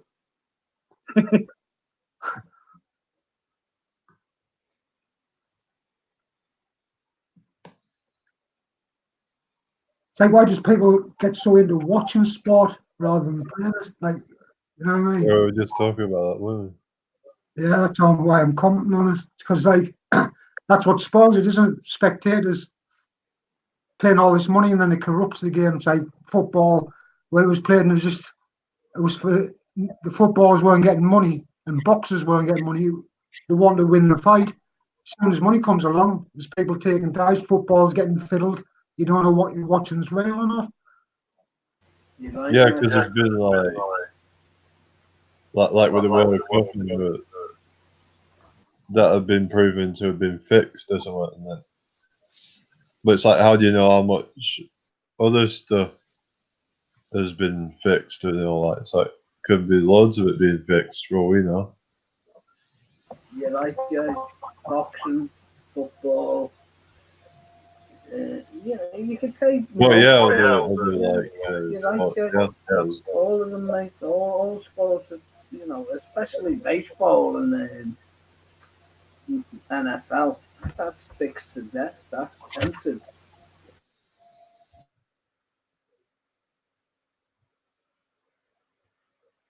I think everything is now.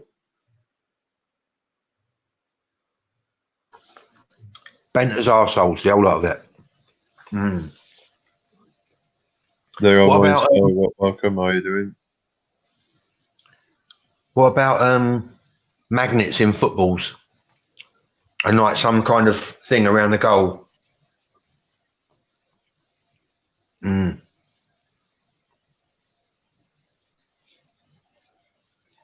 Of course. You just said, of course.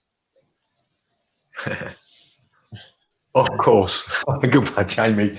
You're sharp, man. You're sharp. Mm. Hello, Mick. All right, yeah. I suppose none of it's fixed until it's found out to be so, is it? It's like everybody's convinced it's real up until that point to find out. Oh, but then they continue watching it like this one isn't. Mm.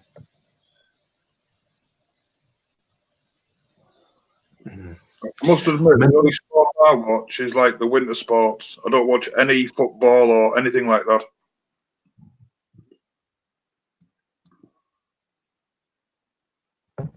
It's like when I was a kid.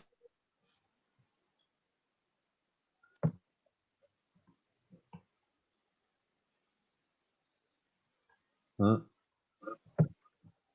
So when I was a kid, I was never into football, but I was always on my bike pedaling about. When you was an infant, rather, because apparently you shouldn't say a kid because like the when I was young.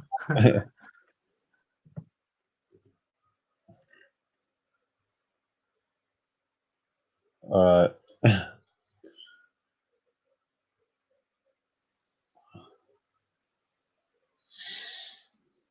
Do you know if you take money out of the equation, what do the rich gain? They gain everybody else's creations, don't they?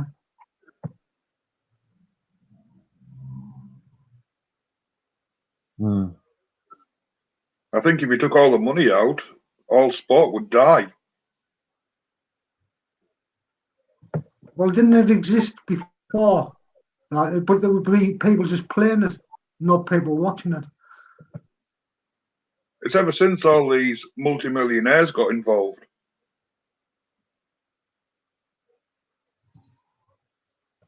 It's what's the point of it?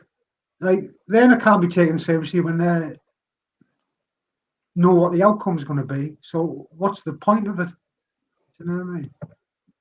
There's no point at all, because at the end of the day, money's money. And I mean, the worst football team can actually beat one of the best football teams. It just depends on how good you are on the pitch.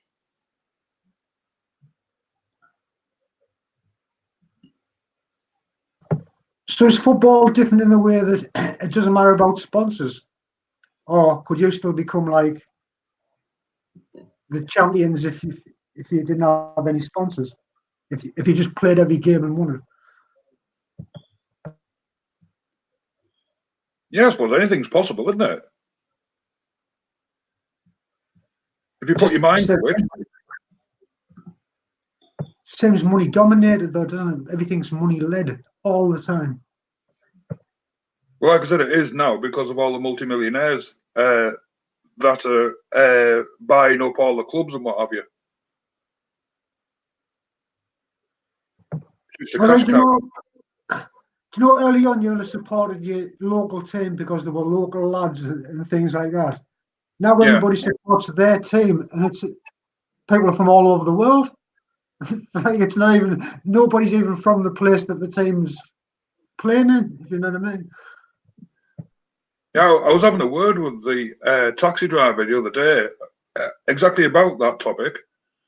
And I said, you can't actually call it English football now because it isn't English.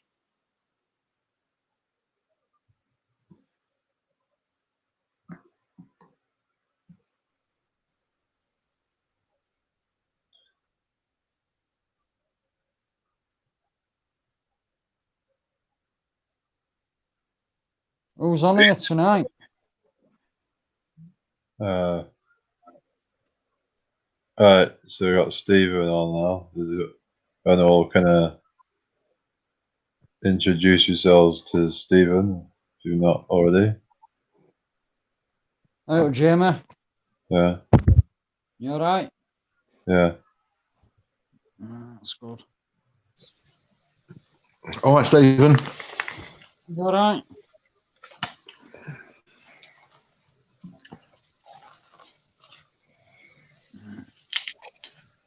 I'm Bill, the idiot from Teesside. You're from Seaside. Yeah. All right, Steve, I'm Nick. All right, mate. All right. Yeah. Who else is on here then tonight? Is Gin on? No, Gin, Jez? Anybody? Jez not on. Tom?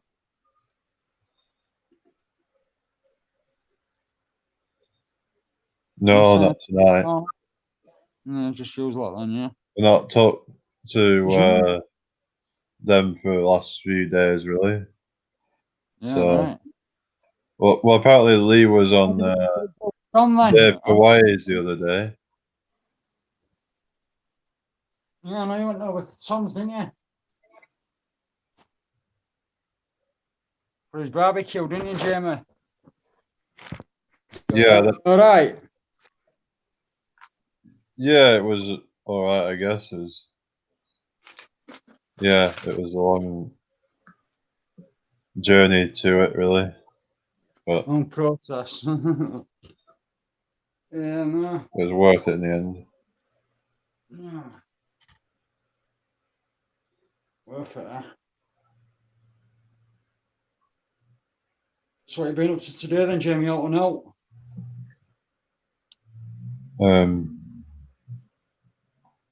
Bit out walking. Went near Colne. Where did you go? Anywhere decent? Yeah, it was quite a nice walk.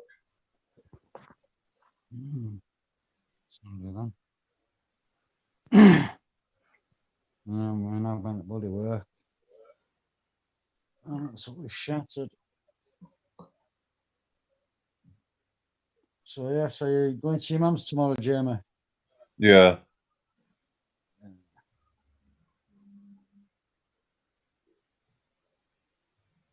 So I'm sorting that stuff out for her on weekend. Say what? So I'm sorting that stuff out at weekend for her. All right. The bathroom. Trying to get this bloody bathroom sorted.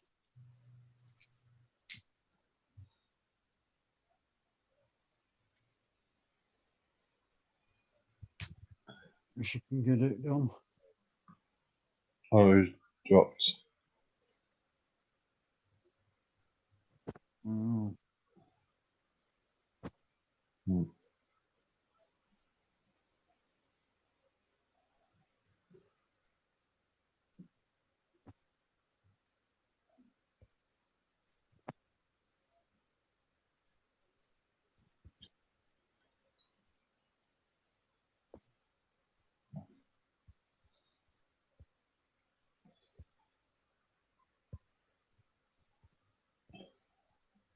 What's the topic? Well, it was just about football just then, but not really any topic at the moment.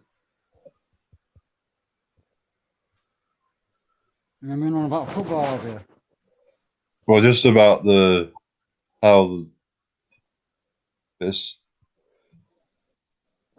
like, over the years it's become this kind of like where it's all just about money and instead of it actually being about the passion and the game. The passion of football has gone out of the window now. It's all about money, money, money, money. At one time, I mean, when I was a nipper in that, and Peter Lorimer, Billy Bremner, and all them was playing. When they got bloody fouled and tackled or whatever, they get back up and just start and come out with magic sponge and get back up on their own foot, so feet again and start running around. Nowadays, if they go down now, they're out for 8 to 10 weeks. It's ridiculous. And they're getting paid, and they're still getting paid for it. Yeah, it is ridiculous that. Still getting bloody paid for it, and they're running this bloody multi-million-pound businesses. I mean, look at Bolton Wanderers. Look at Bury Football Club. They were going down last. They was going bankrupt last week. But look at Blackburn. They got saved right at last minute. I mean, not Blackburn. Bolton got saved it right at last minute. Someone in the chat called the Collector says, "Who is we?" What are you talking about? We. Talking about we. Yeah, it's in who is we. Wow. It's all about football, isn't it? I mean, it's going back to the 70s era when they had Cherry and all these famous footballers and things like that. Now it's just a multi-million-pound bloody business. You can't get away from it. You're getting paid. What? Some players getting paid £7.3 million a week. It's ridiculous. And Billy Bremner and all them lot started was on about, I mean, £4 or £5 a week, which was a lot of money back then. And they play for passion. They play for the shirt. They pay for everything. But now it's just bloody ridiculous. It's going on for multi-million-pound bloody businesses, man. Where do we think the money comes from to pay for all this? Let's have a little talk about like where value comes from. Like. Where does it come from? Well, it comes from the sales of the Yeah. shirt, from the sales of the tickets, it's things like that. Well, all those millions of pounds, all those millions and millions of pounds, yeah, Well, comes from shirts. You think about it, yeah. I mean, all these people buy the shirts, buy the Leeds shirts, Liverpool shirts, Man United shirts. They sell them all over the world. And you're talking what, 30, 35, 40, between 35 and 45 quid a throw for a shirt. And everyone goes out and buys them, the latest shirts. I mean, I don't suppose they sell 1 million a year. I don't suppose they sell that many shirts. Advertising. That's where it is. It's advertising. Yeah, that's where it is. And then where does that come from? Where does advertising money come from? Comes from sales of things, the sales of your product, whatever. Yeah, the product sales, isn't it? Who buys the products? With the football club, the brand, isn't it? It's like, could you imagine playing football at school and the teacher says, "You're the blue team, you're the red team. Make yourselves as a brand." It's got nothing to do with football, is it? But the point I'm trying to make, Mick, is that so we have a go at these players for how much money they earn, but the money comes into football through advertising, and it's on the products that we buy, isn't it? Well, it is, yeah. Products that you All the buy. supermarket products and that, and car companies and computers and smartphones and things like that. Yeah. Advertising, all advertisements, isn't it? 32 Red and things like that. I mean, it's all advertisements, isn't it?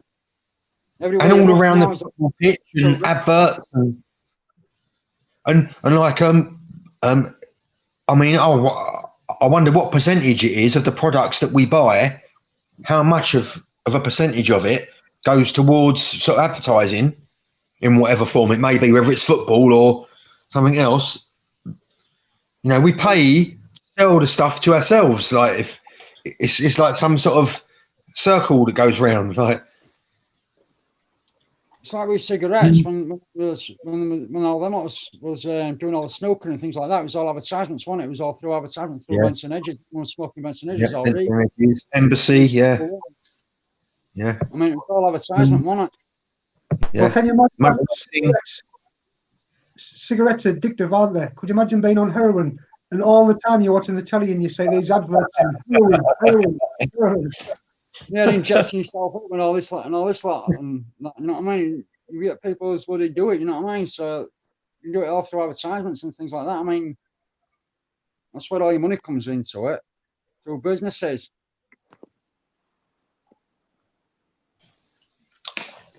And it's all more screen stuff, isn't it? We only get this stuff through a screen. Yeah. Like we're screen readers, you know, like if we didn't look at screens in whatever form it may be, like screen printing or the screen of a TV or a computer or smartphone or whatever, we didn't look at these screens, we'd never see this stuff. Oh no, you won't, would you?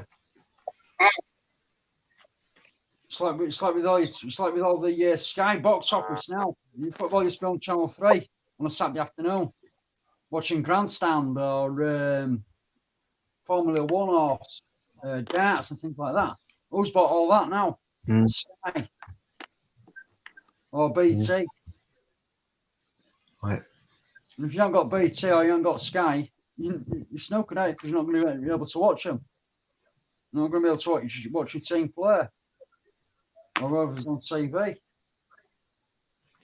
it used to be on a Sunday afternoon. Are you a football fan, Steve? I am, yeah. Big supporter. Yeah. Could you get the same? She lives in Blackburn. Right. Could you get the same pleasure watching like a Sunday game? I would, yeah. I got the same pleasure watching football anytime at week or anytime at day. Mm. No, I mean So, like Sunday league. I mean Sunday league football, that sort of thing. Like where it's not the same quality, but you're watching, like you're watching, go around the park like, and you so playing up there like on a Sunday afternoon, out from pubs and that, playing all different pubs. Yeah, I still get the same pleasure out of it. yeah. I think if I was to go and watch football, I would rather do that these days than go to one of these professional things. Well, it saves you money as well. Yeah, it saves you money, and it's ridiculous. Kick about. And in the old days at football, you felt like you were connected to the team, and there were the songs we used to sing that we've all sung on the terraces. Yeah. Like where you express your passion for your team. Now it's all so sanitized. Well, saying now, I haven't been for a long time, but what I understand, it's like you can't swear, you can't make a scene of yourself. In the old days, you could jump around and shout and really let it go. And on the terraces, like you can even have a cigarette on the terraces, but now you can't even smoke in buddies inside the ground. You got to go outside the ground to smoke. Right. It's like everywhere else. I mean, you can't even smoke in a public place no more. You got to either smoke in your house or somewhere where it's got a shelter. Right. You can't even smoke at work. Mm. Unless you got a smoking area. Well, smoking is not good for you anyway, but whatever. I'm just saying. I mean, when you come to it, like, I mean, you can't. I mean, when you go to a Sunday league, like, you think, right, going to Roundy Park or going to a park having a kickabout and that, and get about 14, 15 lads who'll say, "Oh, you want to see a kickabout?" You don't even get that nowadays. Mm. So, Jamie, you say smoking's not good for you, but then, like, they're kind of picking on smoking a bit, aren't they? You know, there's all other things that are probably worse for you or equally as bad as smoking. Probably, yeah, because apparently that's why, like, one of the reasons why pubs started to go down. Because the smoking ban in the pubs. Yeah, that's what killed it. That's what's killed most of it now. Because I mean, that's why half the pubs are shut down because you can't smoke in the pub no more. They did that on purpose. Yeah, exactly. Yeah. And who brought that in? Who brought the rule in of fucking saying no smoking even in a train station, or you can't even smoke in a bus station. You can't smoke in the street no more. You got to always, or otherwise you get a fine for it. Mm. It's ridiculous, man. Mm. You just can't no more. You can't do what you want anymore. It's got to be all government run. Or it's all got to be government funded. It's like they've used smoking and cigarettes as a way to show that they care about our health or something like this, when really they're poisoning people with medicine. They're poisoning people with medicine. Well, wouldn't they just make it like totally illegal if they really cared about our health instead of, you know, getting taxes from the smoking and all that? That's it, Jamie. Paying all the taxes from it. Mm. Have you not noticed? That's why people now is they go for the cheapest stuff. You don't pay taxes on it. You go to a shop and you're paying what, 9 quid. You mean like the black market? Cigarette. No, you're paying 89 quid at a shop, a normal shop, for a packet of cigarettes, yeah. And you're thinking, right, why am I paying all this lot? It's all government run. It's all to do with tax. Can you see where you're getting steered towards, though? As you get restricted from smoking, it's fine to use them vape things. So they're pushing you from here to there. Yeah. Yeah. Exactly. That's why people are going to the black market now to go get your cigarettes because it's a lot cheaper. You don't pay taxes on it. And they get bloody raided. Like, does anybody know the effect of smoking them vapes over, say, 30, 40 years? No, they can't know, can they? Well, it Well, it's hasn't like even been going that long yet, has it? It's like with everything else. I mean, everything's got to be taxed. Same as your food's got to be taxed. Your wages got to be taxed.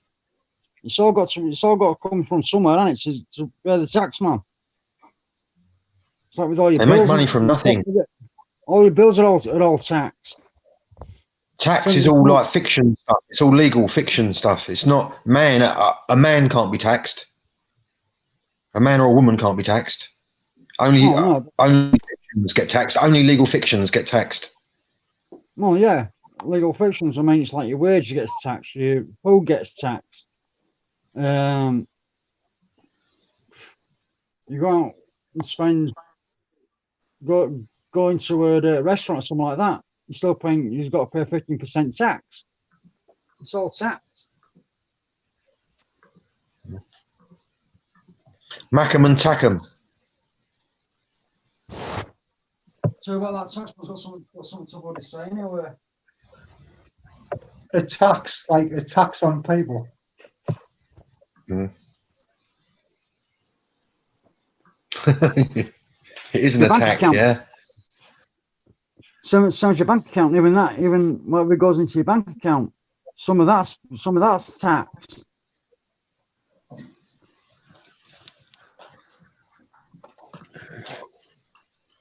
Mm. It's ridiculous where it all goes. Same as all your advertisements and things like that. And that's got to be everything now has got to be taxed.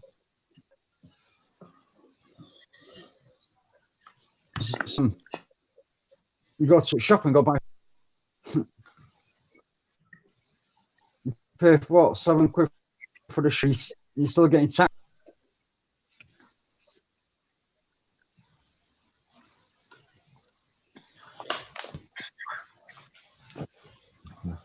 Some of all your garments, whatever else you spend out on, it's still taxed on it. That's why cigarettes are so bloody expensive. Why don't they just use the right? Why don't they just use the right word? It's extort. You should just use the right word, and that's extort. Because that's all it is, extortion. I'll say it, extortionate. I mean, it's. Same as when you're going if you go for if you're going on a flight or something like that, and you say, "Oh, tax on that." Yeah, you're going away on holiday. You're still getting taxed on it. You just can't win. Yeah.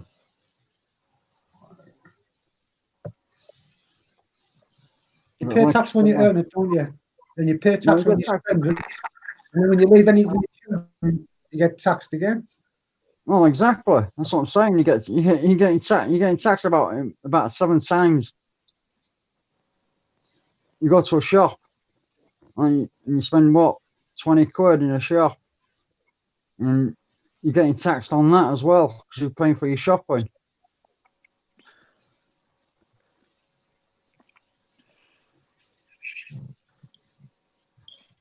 Someone brought all this bloody council tax in. You're still getting taxed on your council.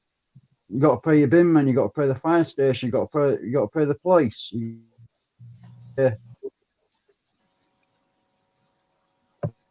And the reason all the taxes is there is to pay a loan that somebody else borrowed, and we paying for that loan. That's what the taxes is for, isn't it?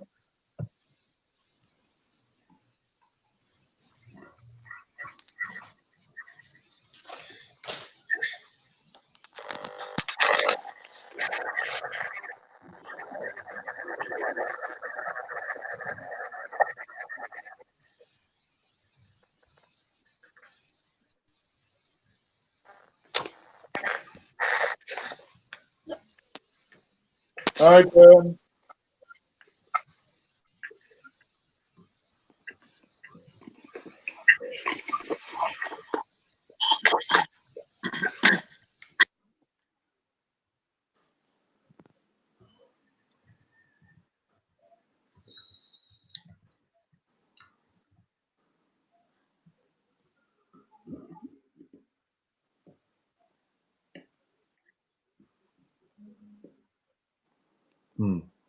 Does anyone want to say something?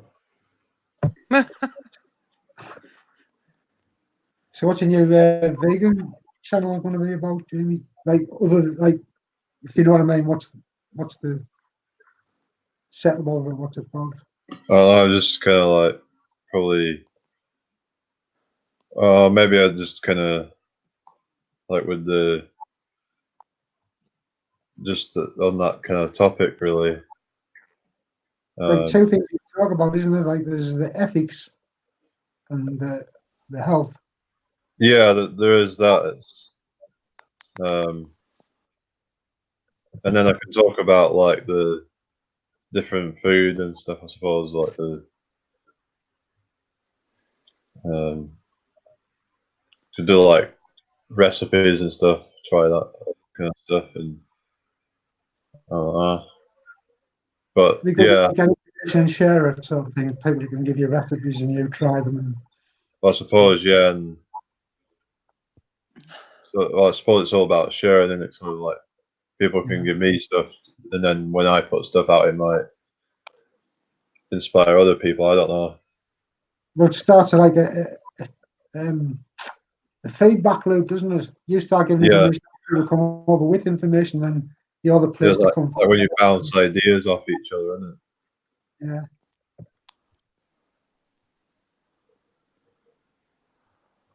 So Yeah. the two things, like the ethical side of it, people who've changed the whole way they eat because of ethics, of how they see it. And then that means they're not thinking of health. And there's them who think of health and not about the ethics. So it's like two totally different Yeah, stances. some it's like both, isn't it? Yeah, but like if you look at it one way, one brings the other thing with it, doesn't it? The other benefit. Yeah, I suppose. But I'm not trying to like push it on people. You know, it's like that's what I kind of want to do. Like, just try and like, well, if people have to like eat meat or whatever, then that's that's just what they've got to do. But whatever.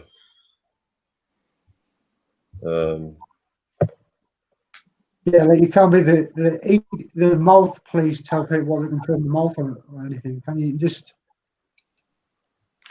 talk about how you say it and that's it, isn't it? Like you can't push it onto other people. That's madness, isn't it? Yeah, I still like you get these like activists who go out and try and convince people on the streets and stuff, and it's like, yeah, You can get into why really necessary. you can get into a bit why you think something, and that's all. You don't have to get emotionally attached and start doing stuff, do you? Yeah, as long as it doesn't get militant and all that.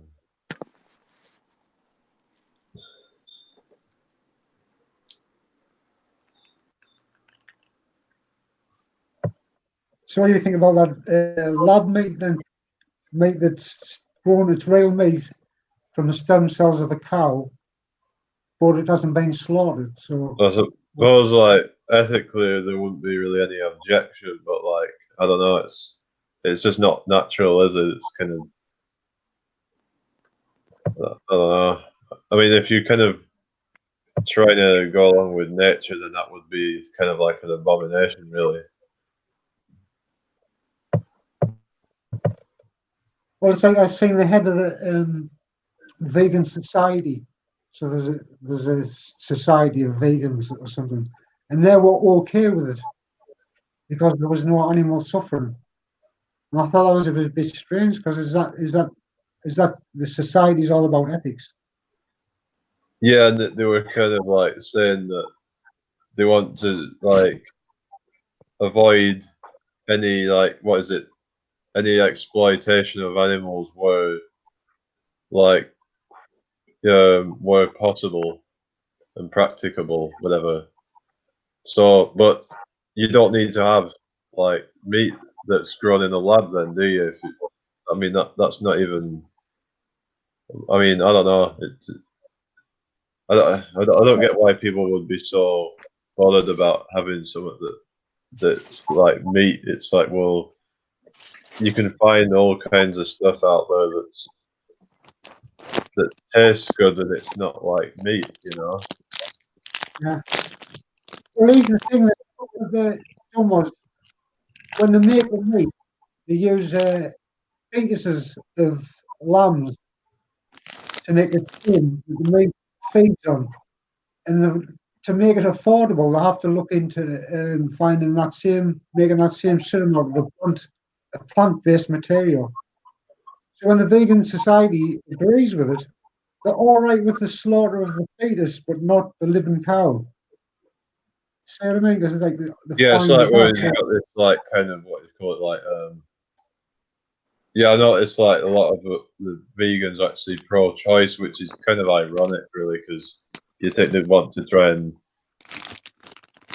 be pro-life, really. But I mean, I kind of, in a way, I kind of agree with the pro-choice stance in that if it was if they didn't have the choice to terminate pregnancy and all that, then what would happen is that you'd have illegal abortions going on that are like really horrible. So yeah, But what makes us think of sex at an early age? What well, get these it's things programmed involved in into it. Yeah. So without all that programming, you wouldn't even be thinking about that and sort of being irresponsible and all that. Well, it's hard to not be programmed because you can't not be, can you? Everything has to be. It's like when you haven't got any thoughts of being a baby because you can't make heads or tails of anything. You've got no thought processes of such. You haven't nothing's happened to you in life to experience to compare anything. So all of a sudden, it's when you get your first memories has to be the first time you could really string a thought together.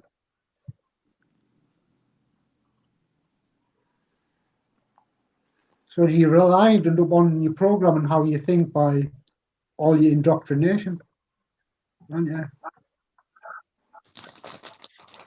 Yeah, So if you're indoctrinated by, you take that way of learning from the person next to you, and everybody's done that. How we learn, you've got to look at everything, haven't you, in the world, not just man.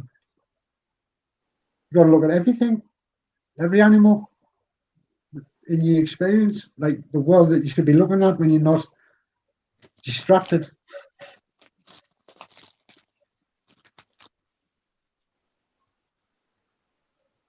Do you know there's things like cows sit on the ground, don't they, before the rain? And you could be so in tune with nature that you could tell things before they happen because you're not telling you, but you're reading the things they can tell. so why they do it before the rain? Is it so it kind of like gets spread out or something? And obviously there's some dry part of them. I've no idea why they do it, but you just know they do it, don't you? You go past a field and they're sitting on the ground. And bees, like watching the flow and the ebb and everything of things around you, you could read this world in a much better way than we do when we distract it with football and snooker and things that make no sense. But they make sense here because you're indoctrinated into them. It's like you only, it becomes a norm when you step in halfway. That's your norm.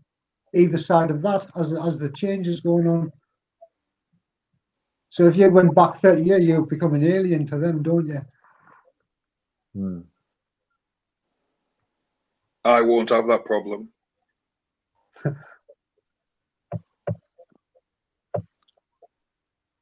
And what problem's that? I am an alien. You are an alien. What a big green one. I have been called worse.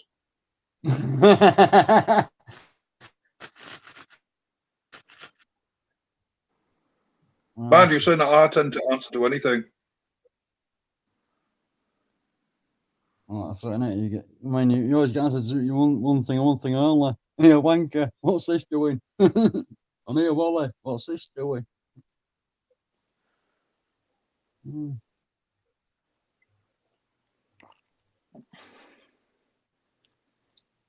I've been called worse than that.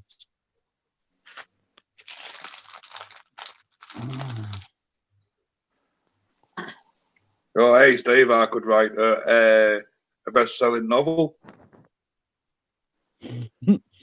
Suppose it could.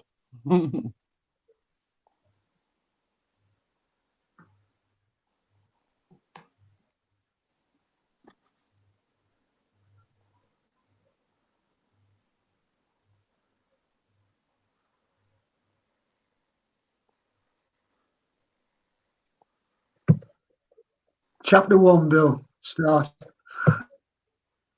The what? Chapter 1.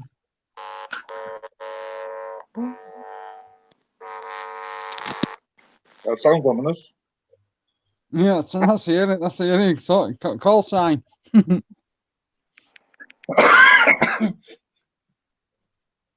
That's a call sign for Jamie. Alien.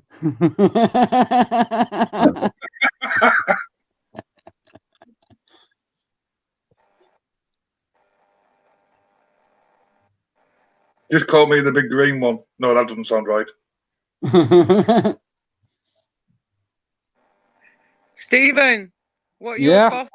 your boss said at work when you showed him a photo and said, this is my girlfriend's son, and he said, "Blooming heck, he looks more like Jesus than Jesus." He does, yeah. How funny that. That's what he said. All he needs is his cross, and he's got him.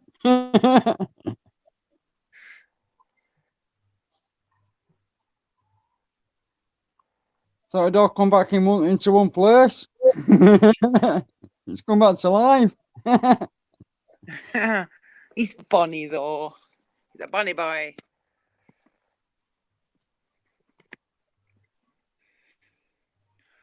I'm just waiting for a late Morrison's delivery. Look, Morrison's delivery at 10:15. Honestly, yeah. Come up to 11 p.m. So I only Yeah. have to pay 99p delivery.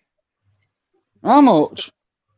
99p delivery. That's all. If you wait up late, it's better than You 5. should have been in bed ages ago, you. No, I don't No, have to I'm get in up bed. till late and then just O'clock. be ready for 1 o'clock. Nothing on tomorrow. Free day.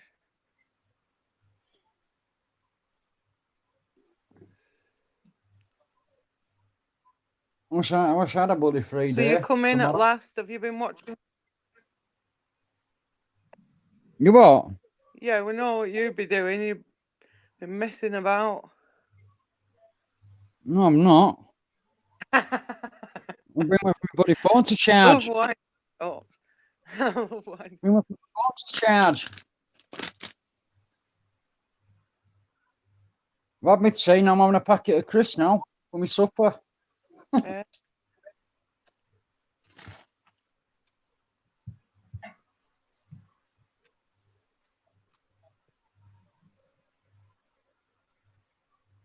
Well, Kat's settled in now and she stopped trying to get out and getting lost like she were. Twice she got lost.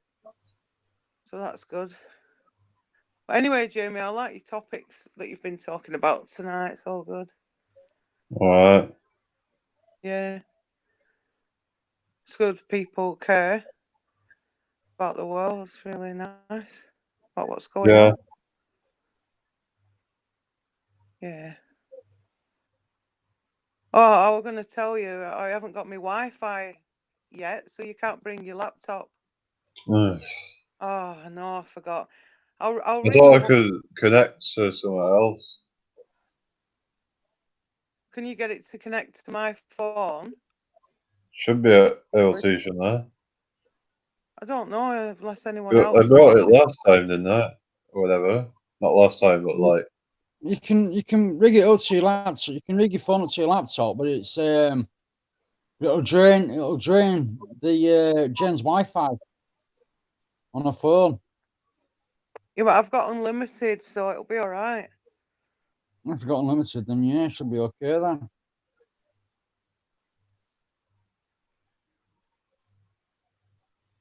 That's all okay up to that then. Yeah, I if you think can't it's drain the Wi-Fi hotspot. I think it's Wi-Fi hotspot you got to it hook up to. earlier because I meant to ring them up this morning and they would have had it put in by Tuesday, so I need the Wi-Fi, yeah. And I forgot. Which company you gone with?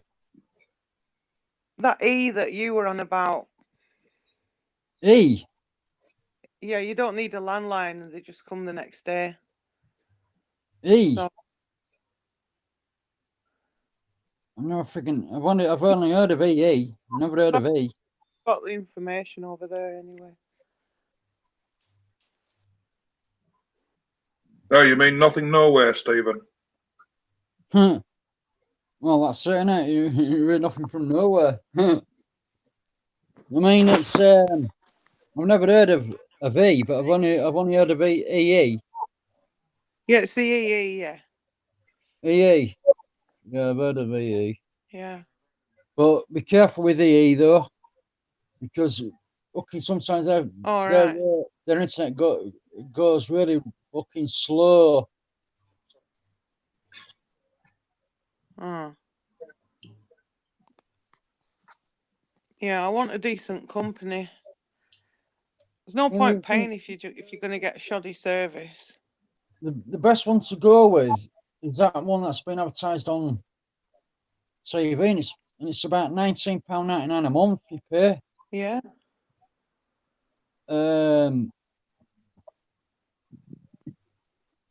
Broadband and phone, and you're only paying £19.99 a month, and you get free calls. What, PlusNet?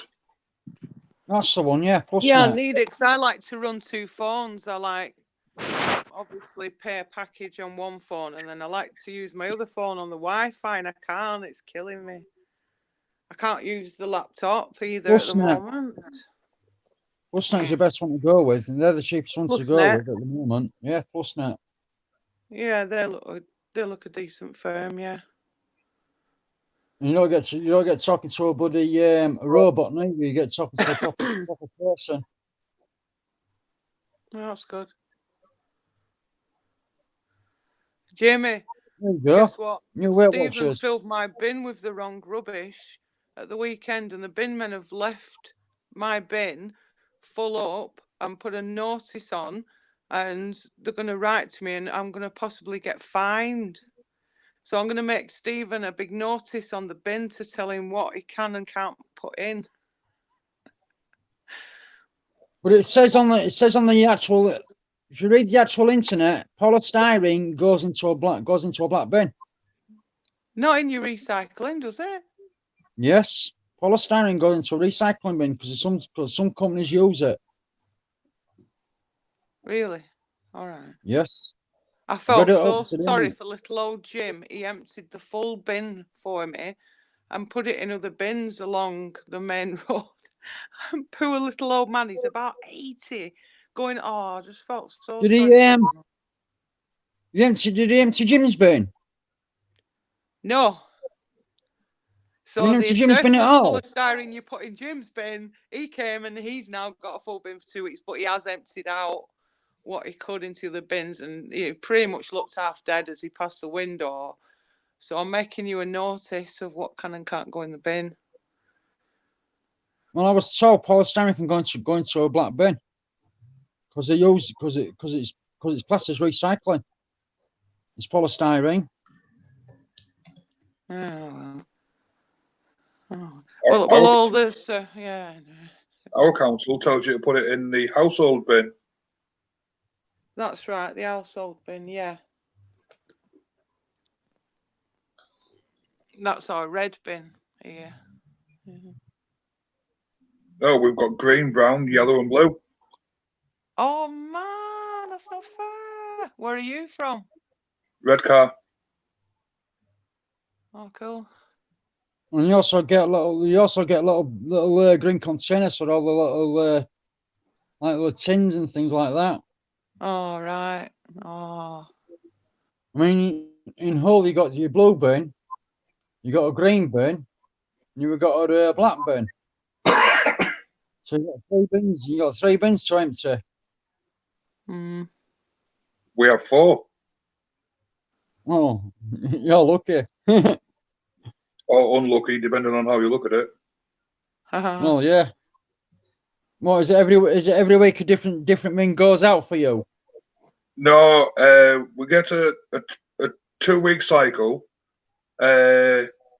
The yellow bin and the household bin go on weeks 1 and 3, and the brown and the blue bin goes out on weeks 2 and 4. Oh. All right.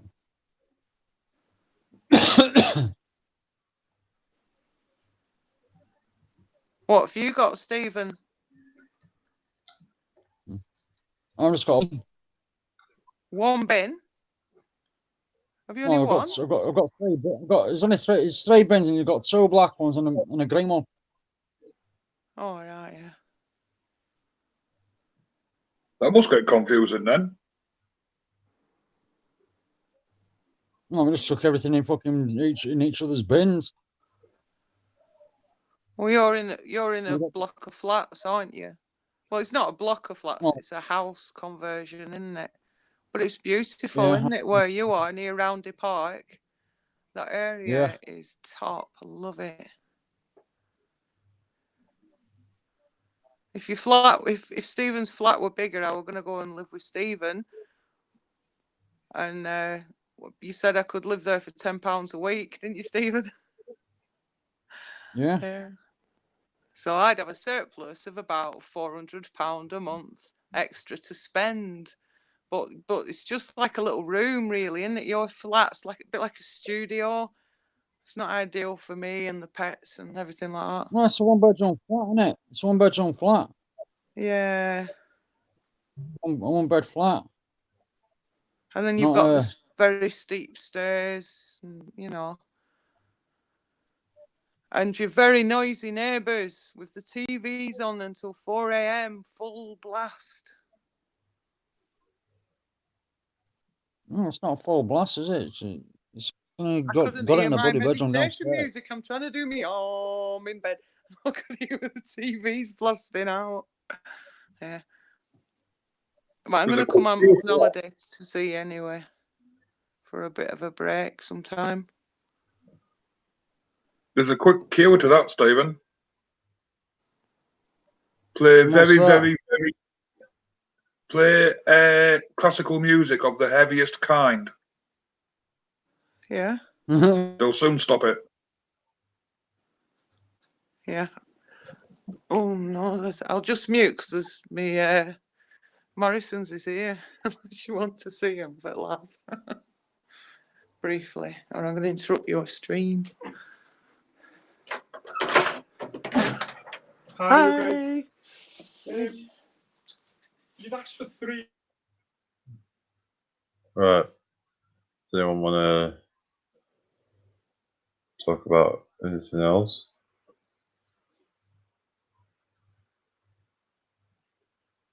I can't think of anything. It's this time of night. My brain tends to get really, really bad. All right. Fair enough.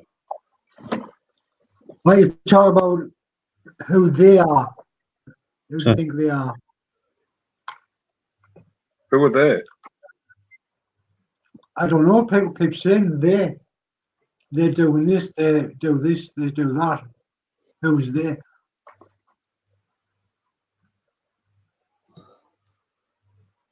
Because if you think about it, the media tell you stuff, don't they? Yeah. And the news, so they can steer a directive. But everybody who's like putting stuff in your food and all that, that's just people trying to make money. So it's not theirs, them who's doing it, but they who allow it and encourage it. Is that just the media, and the newspapers, and the indoctrination? I'm not too sure. Got someone in the chat, Daniel. How you doing? Am I back? What do you mean, am I back? Like, I've not really been anywhere.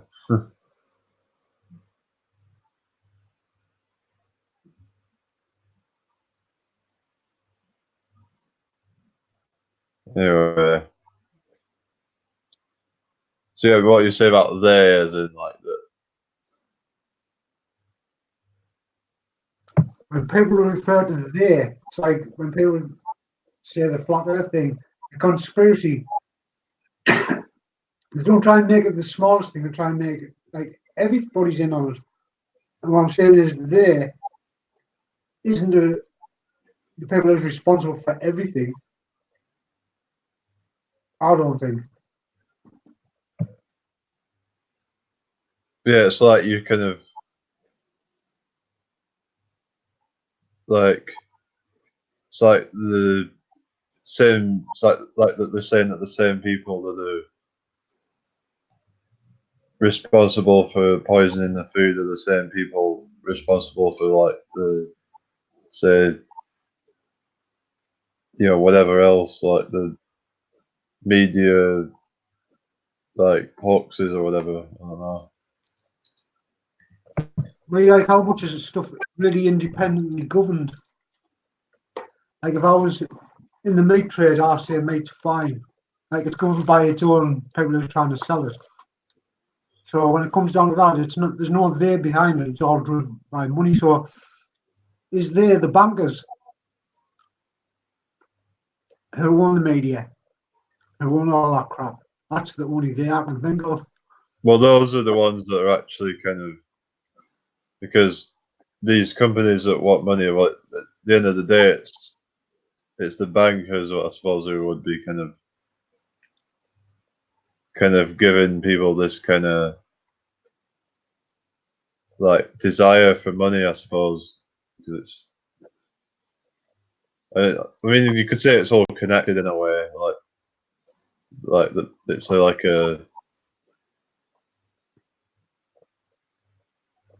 when people talk about like the secret societies and all that, which aren't really secret, but whatever. But there's got to be those that are the ones that nobody knows about, doesn't there? Well, I think that whoever's behind everything, nobody knows about. Like people always like. It's like they blame it on the Rothschilds, blame it on the Rockefellers, blame it on whatever. Blame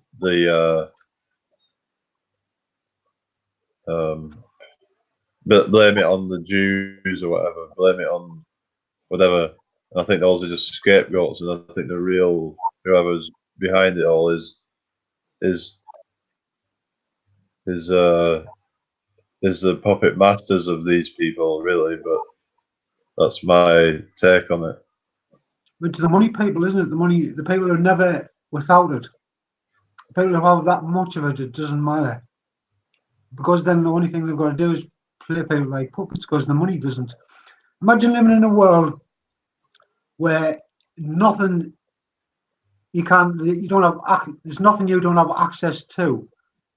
There's nothing to go. That's what you start off as. You've got nothing to compare anything else to. It's like the best of everything, all the time. All that's left is to try and control and play games with everything on a bigger scale, I would imagine. Well, life is a game, really, isn't it? Yeah, we all play it, but they just play it sadistically, don't they? Like send people to the death.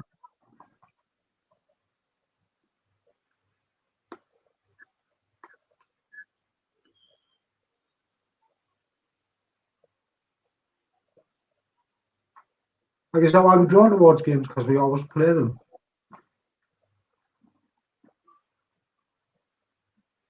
Repeat that, Mick. I didn't quite catch it all. I'm saying, is that like why we drawn towards games? Is because without actually knowing it for sure, that's what we do. We play games all the time. Yeah, I suppose so. Because I was thinking, do you know, have you ever sat on a game? I don't know if you've done much gaming, but you sit there and you go, you get to a certain point, you go, one more go. And before you know it, hours and hours gone past because you won't give in and you just go, after this one. Have you ever done that? Yeah, I was actually doing that. Yeah. So can you imagine putting that same determination if the game didn't exist into something you really wanted to do, like learn the piano or the guitar or something like that? If you sat there and says, just one more go, and you put that same thing, but it's like directed into the stupidest things that have no production at the end of it, if you know what I mean. Slot machines and like just keep putting more coins in. Yeah, it's there to take the money off you rather than you've got Yeah, that built the into you. problem is that when you lose the money, then it's like you want to keep going because you want to, even just to break even with it. But that never happens. You end up spiraling further down. Well, when you get into the one-armed bandits and them things, it's for every percentage of money you put in, there's tubes in the back and it goes into a box that you can never come back out of. What do you call a homosexual man with one arm? Don't know. What one arm ice bandit?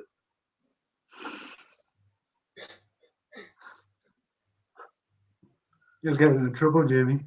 Yeah, it would be a bit controversial.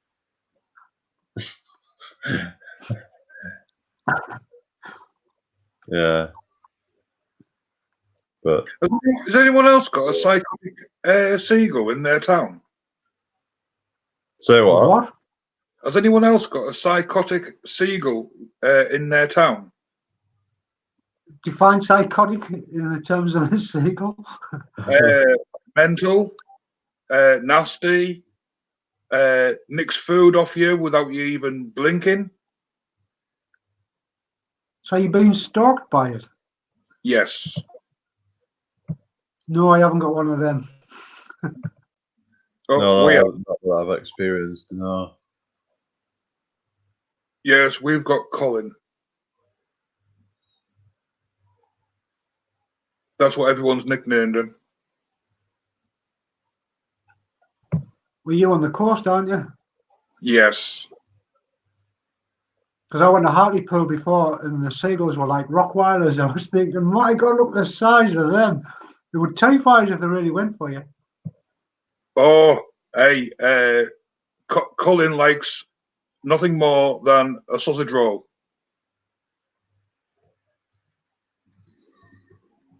And he will go into Iceland and nick a full loaf of bread. There's actually a video on YouTube of him actually going into Iceland, taking a loaf of brown bread and walking out with it.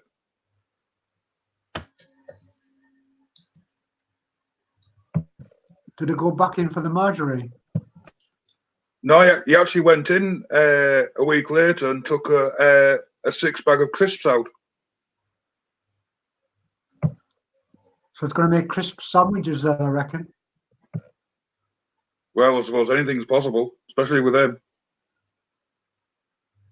And then the council have the audacity to put up signs saying, "Don't feed the seagulls." You don't have any say in the matter. Because if you don't feed the seagulls, they won't end up going to the shops. Yeah, but Colin just comes down and takes it, and you don't have any say in the matter.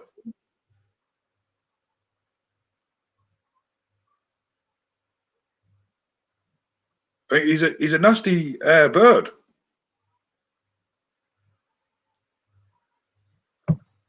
You want to get a big eagle owl.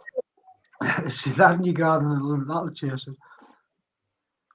I heard this thing about, what was it, a bird or something, it might have been a seagull that like, some bird had like took someone's dog or something and apparently A chihuahua. killed it or something, whatever it was. Might have been a chihuahua, I don't know, but it would have been a small dog, so yeah. Yeah, it was fake news. Mad, isn't it? It never actually happened. Was that just like kind of hoax or whatever? No, well, yeah, it was a hoax. Her boyfriend actually sold the dog and never told her. So it was just like what was it? A cover up. Yeah. Yeah, not very thought out, I guess. Well, he said that he saw this whacking great big seagull with about a 40-foot wingspan, highly unlikely. And it came down and lifted the dog, apparently with its claws. Now, seagulls don't have claws, they have webbed feet. So that fell that first hurdle there. And she believed him.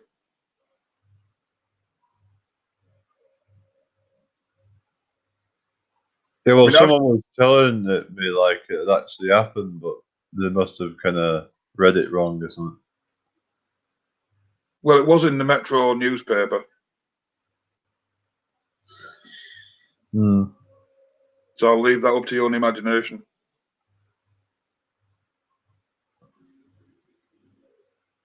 But yeah, it was totally false.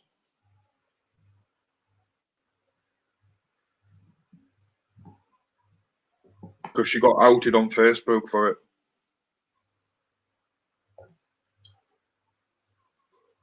Well, that's good then.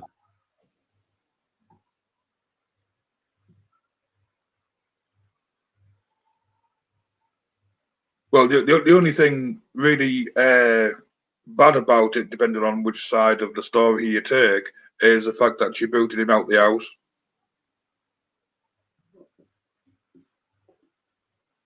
So he became homeless. And the seagull took all his clothes.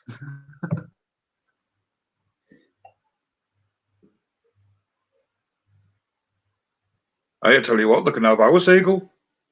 I'm quite happy to give him away, free to a good home. Free to a good home. Yeah, I'm free to a good home.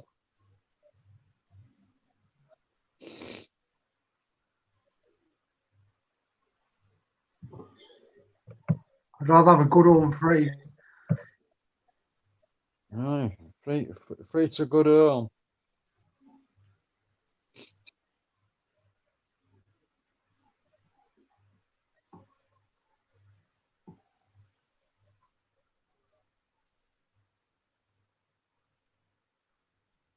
So when your mum can't hear me. I can hear you, Steve. Jennifer can't hear me. She's on silent. She's talking to someone or something. No, she's putting her stuff away. Hello. Oh, She's looking. I'm just putting some food away. Yeah, just saying, Jen. Makes free to a good home. I can't hear you, So Stephen. am Are I. you talking, Stephen? Yeah, I am. Have Can you hear me? crashed? No. Huh? I can't hear you, sweetheart. I might have to charge my phone up if I've gone a bit funny.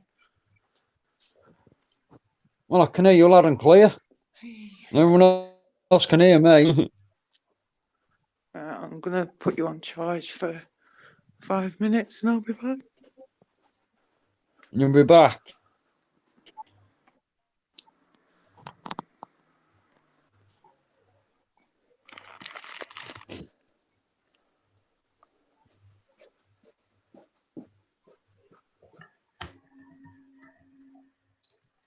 As I can see, is a bottle of Volvic.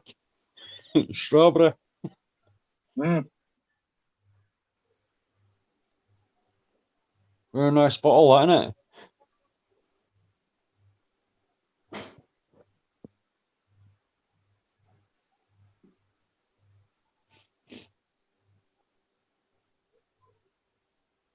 Hmm.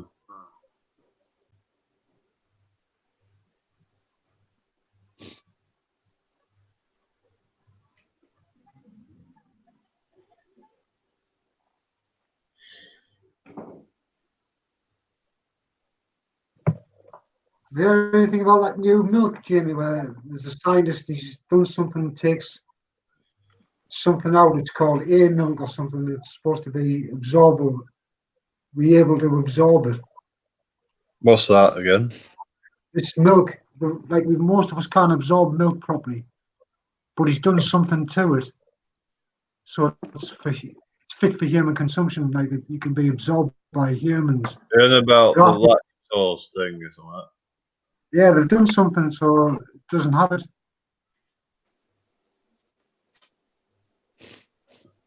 But I still don't Hearing think it's about right. like genetically altering it or something like. Oh, well, probably, yeah. Don't know.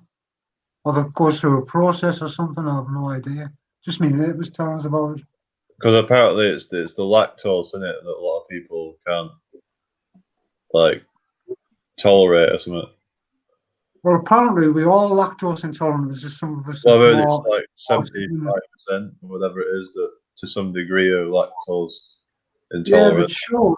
that shows. But what the science was saying is that all of us, without exception, are lactose intolerant. We just some of us short a lot more than others.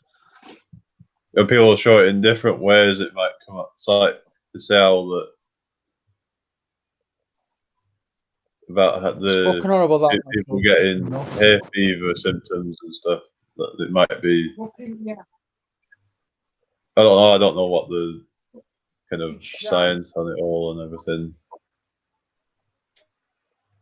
Well, it's processed, isn't it? Like whatever they do.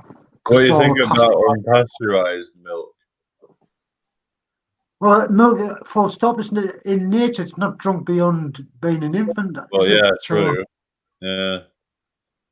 It's a bit odd that we do, but if you come into it's like came into, like as a child, I was getting milk at school in these little bottles and the cream and stuff. That's where you come in. Remember them?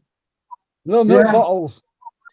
Each person in the class had the chance of being the milk monitor, and they got an extra bottle if there's any left in there. Yep. Milk monitor, merit, go on merit. So that was given to you, but even though it's bad for you, it's now you fight for it because it feels like it was a right that was given to you. So it's like it's programming. Just because you liked it and you enjoyed it doesn't make it right. I used to look forward to my milk at 10:20 every morning. Yes, so did I. I used to always drink the milk from put the straw right at the bottom, so the cream was the last stuff involved. Because you used to have loads of cream on the top back then, didn't it? Yeah. That's why people used to shake it. That's It why you was have to shake it, the cream off to make the cream. Because you used to give it a but with shake, that didn't you? cream, but with the cream on that milk, you ever put it into a jar and shake it, and you come out like a cheese, like a butter. Yeah. Yeah. Like we used to eat lard on bread, like the dripping off the meat. Put some pepper on and spread on bread like margarine needed. Like, how bad is that for you? Yeah, pan. Yeah, chip. I still see bread and butter, bloody salt and pepper on it. Yeah, dripping in bread. Yeah. I used to do that. Dunk a slice of bread into the meat juices on a Sunday. Yeah, Yeah. I still do it now. just a big soggy, greasy Strange. mess, isn't it? Of paste. Yeah, but it's so Kids tasty. don't know they were born these days.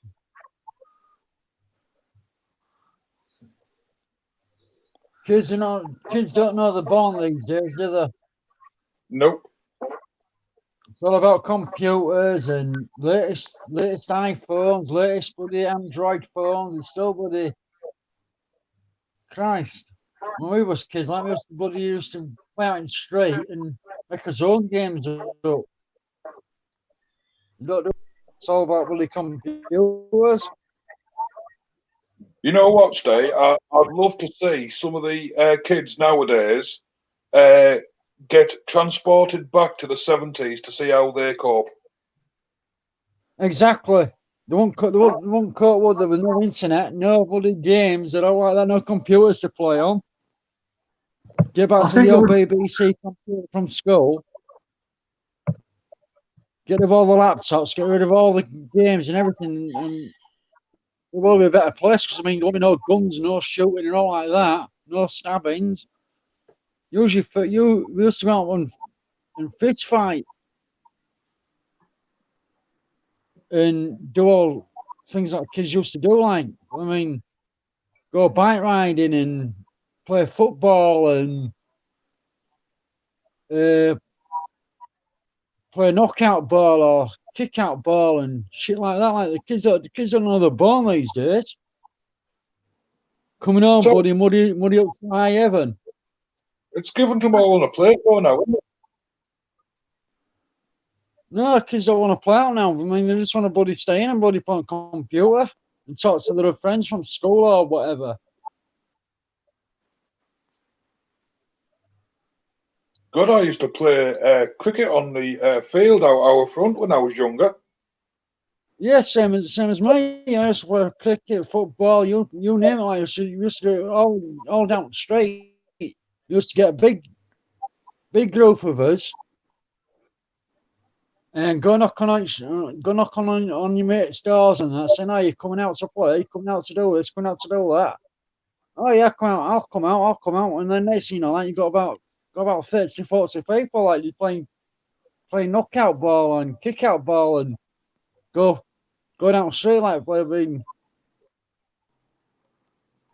do whatever you got to do, and kids don't know the born these days.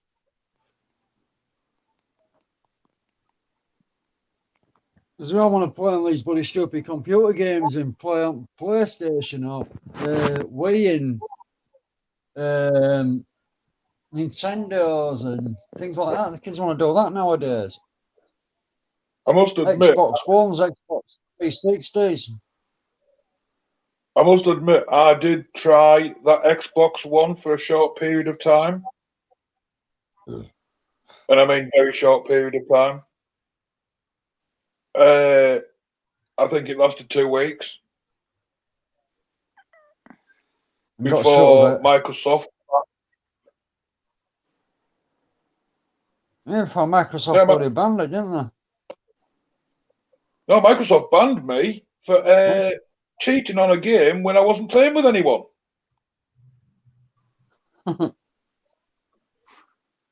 Because I was beating their computer players. If you notice now, what people were saying on the news all the day war that the kids banking to the mum and dad for bloody playing games and things like that, and they're charging the mum and dad's credit cards. It's ridiculous. Yeah. I mean, kids are bloody go play on a computer like and say, "No, I'll just pay for this. I'll just do this. I'll just do that." Next thing you know, like they're about £7 million in debt. Some people for bloody playing computer games. Go back to the old Commodore 64 or the old VIC 20 where you didn't have to pay for no internet or anything like that. You just played your games and that was it. Get your mate ball or whatever. Get the old grandstand out. We didn't have that. We didn't have that sort of thing when we were kids. You know what I mean? Well, my first computer I got in 1984, and it was an Acorn Electron. Yeah, the Acorn one, yeah. Commodore Acorn, yeah. Yeah, I thought that was absolutely amazing. Oh, yeah, some graphics on it. Yeah, I mean, you get some decent graphics on them.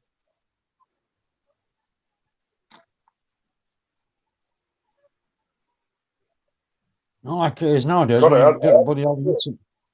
get all the internet and everything else, and everything's on there now.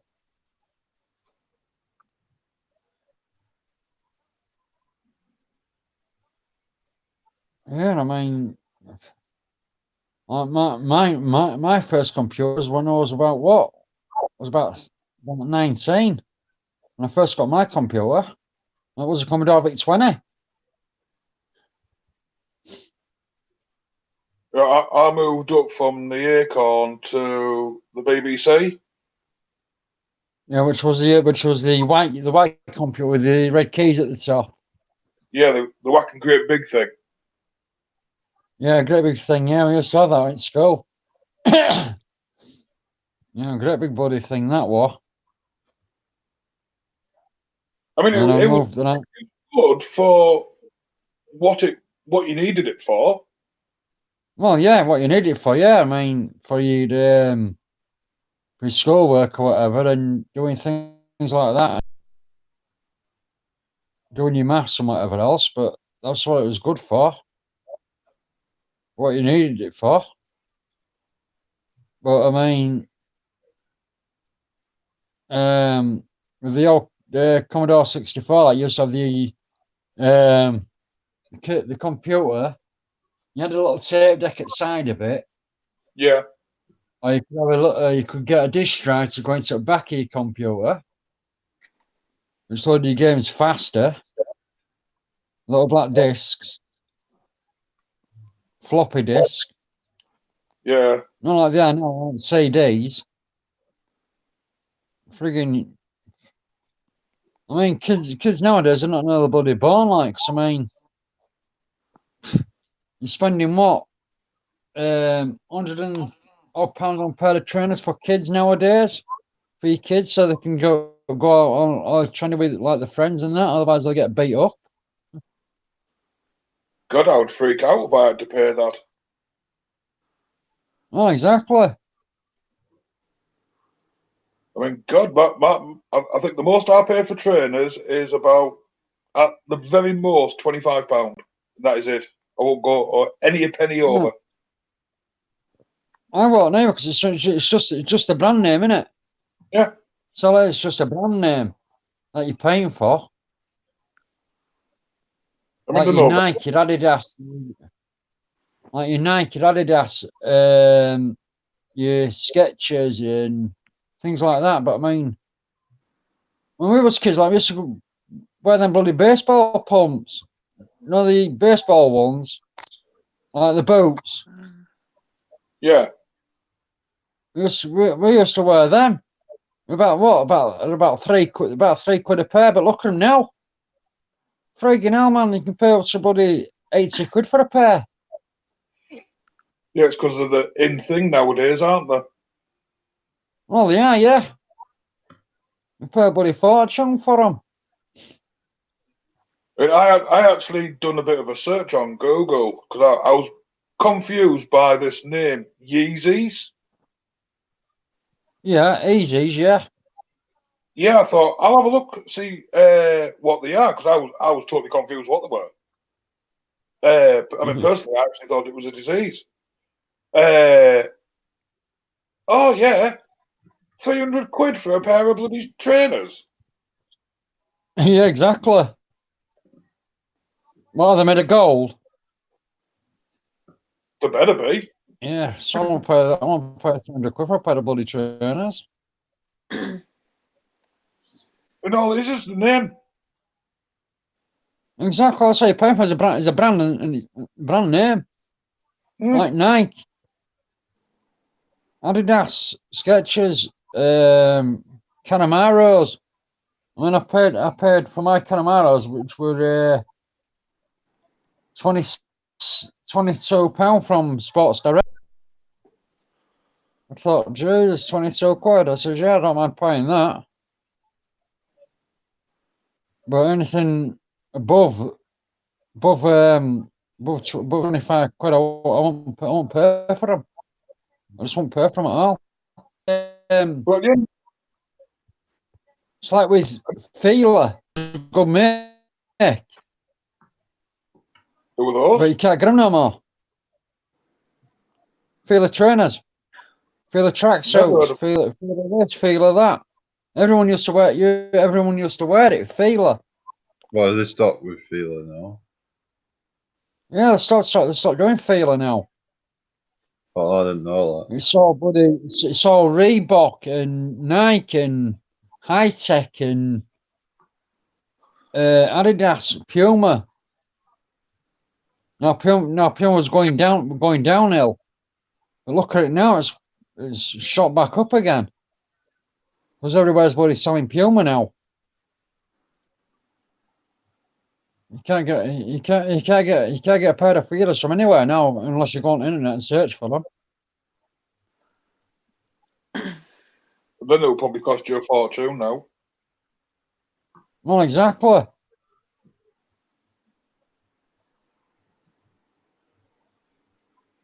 These big corporate companies just wanted more and more, isn't it? Well, I say they want more and more things to brand out on. One of the things to brand out on and things like that. So they're branding out and going bankrupt, and because nobody's paying for them. So they send them back to the manufacturers or whatever they got to go to, ex catalog places and things like that. And next thing you know, like they've gone bankrupt. I think it's the way of the world now, though, isn't it?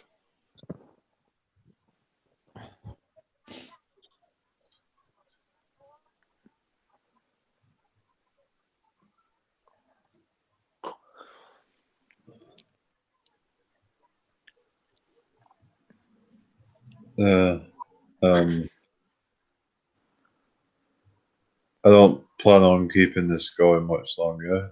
Just to let you don't know. I was actually thinking the same. Bedtime, Jamie. I'll just kind of. What's the bedtime, Jamie? Probably not just yet, but. Well, your mum's laughing and smiling away there. What? Just chilling. I'm just like said that. chilled. Yeah, it won't just be, chilling out. Coming up to his mental bedtime. Yeah. Yeah, well, I've stayed up till like. Timings, don't Jen, you? kick him into bed. Kick him to bed now. I want him to. I want him to carry on till 2 a.m., man. You won't do that. Oh, he did once. I said to him, we keep it going till 3 a.m. And he did. I'm absolutely shocked because he's a stickler for getting to bed. And he's pretty much his set times about 11. To be fair, though, I didn't really have it better to do, so I just kind of kept it going. But I mean, I've done it a few times where it's gone on well after 1 or something. Oh, yeah. 1:30. Yeah.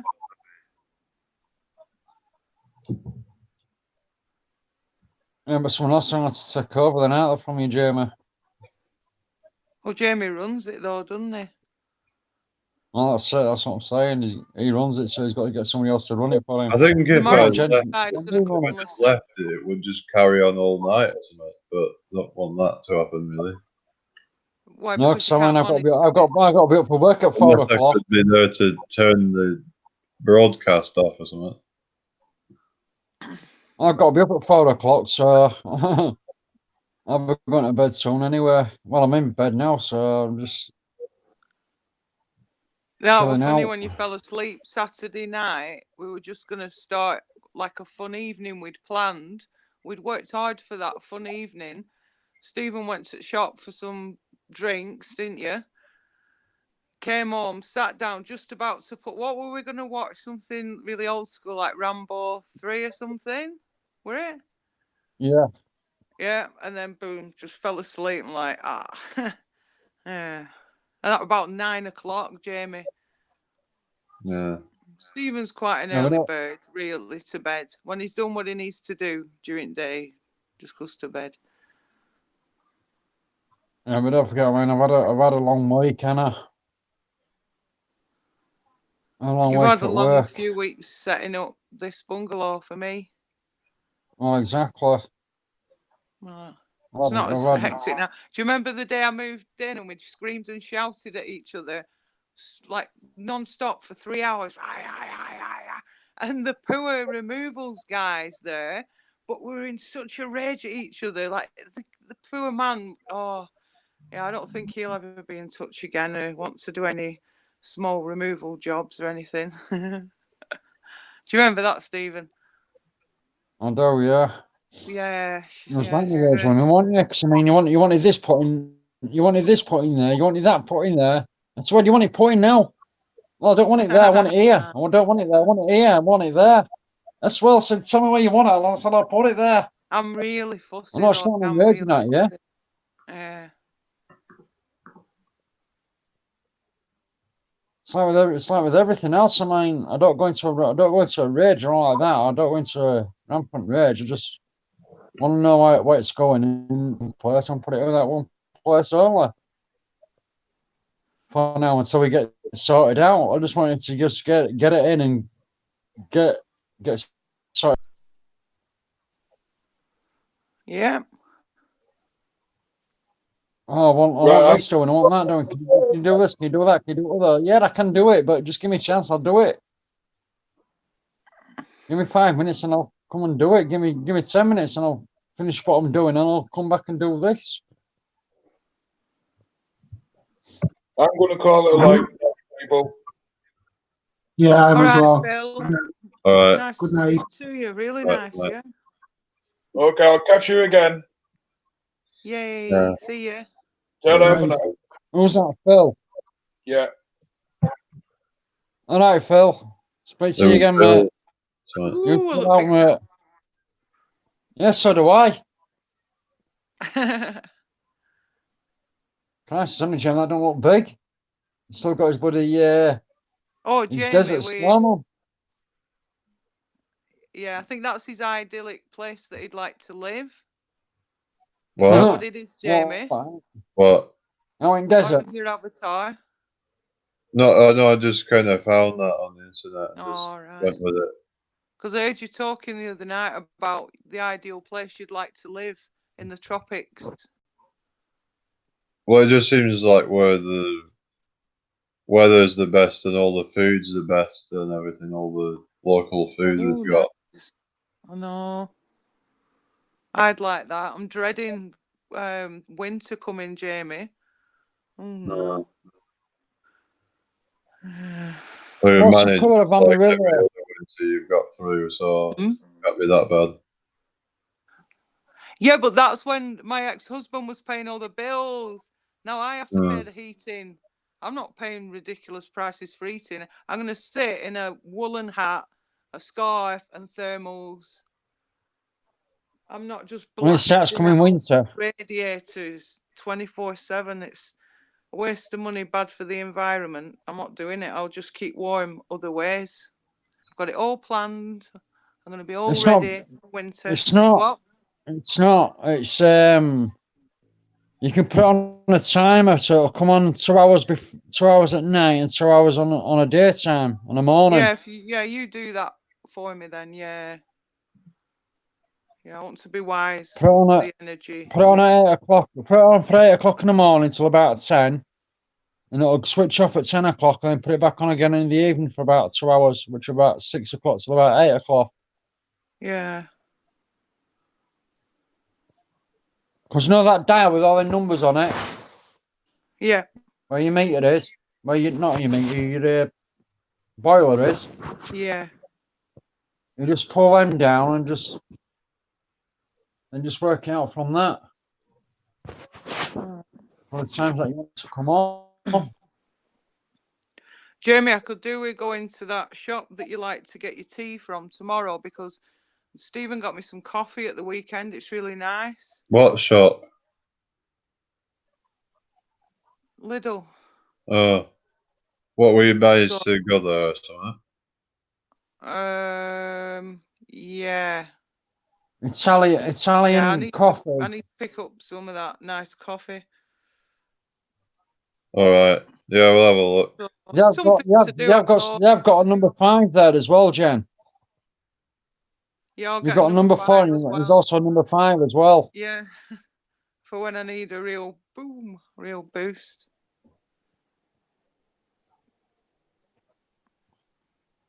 Well, all right then, Jamie. Have a good sleep. Yeah. All right. Yoss come back on Thursday. Are you on Thursday? Yeah, should be. Yeah, you can have a chat to what guys and everything, eh? Yeah. Yeah. All right. Yeah. Then. All right. So you've no other topics at the moment? Not really. I'll just so bring me laptop then. So tomorrow. Yeah, but I don't know how to link it up to the phone. Do you know, Steve? Yeah, you want your hotspot. All right. It goes into his settings. You go into your settings. Put your Wi-Fi hotspot on. Let Jamie find it. He puts in the code from your phone into his, and you'll transfer his code into your phone. Right. Yeah.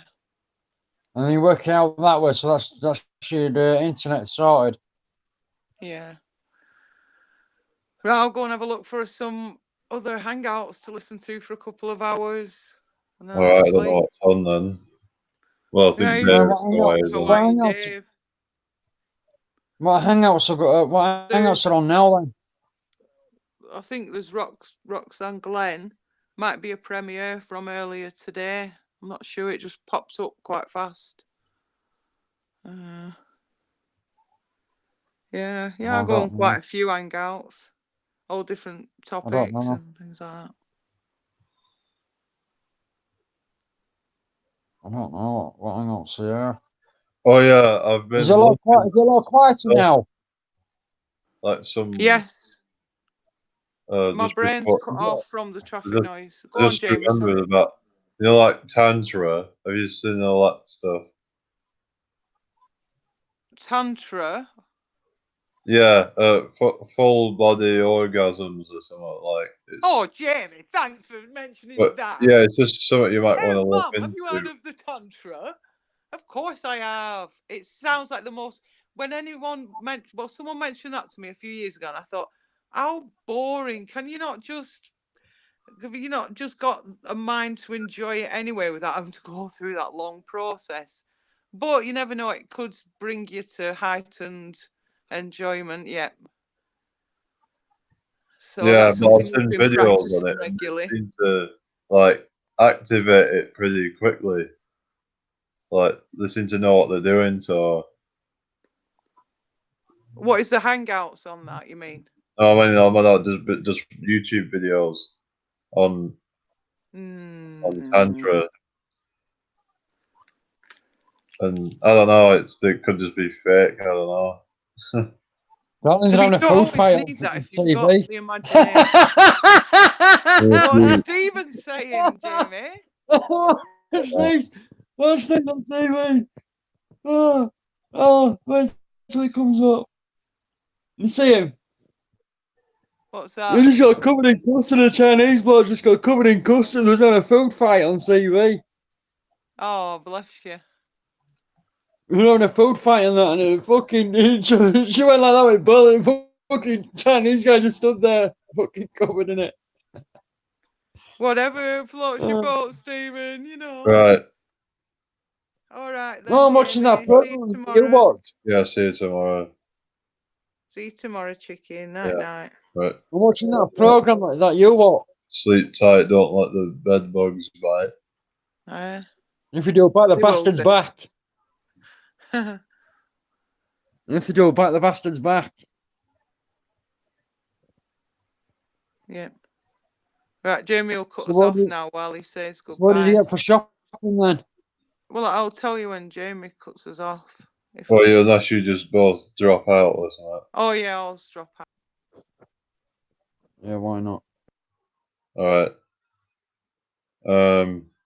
Yeah, thanks for watching, everyone. And yeah, I'll wrap this up now. So yeah, check me out on the new channel tomorrow.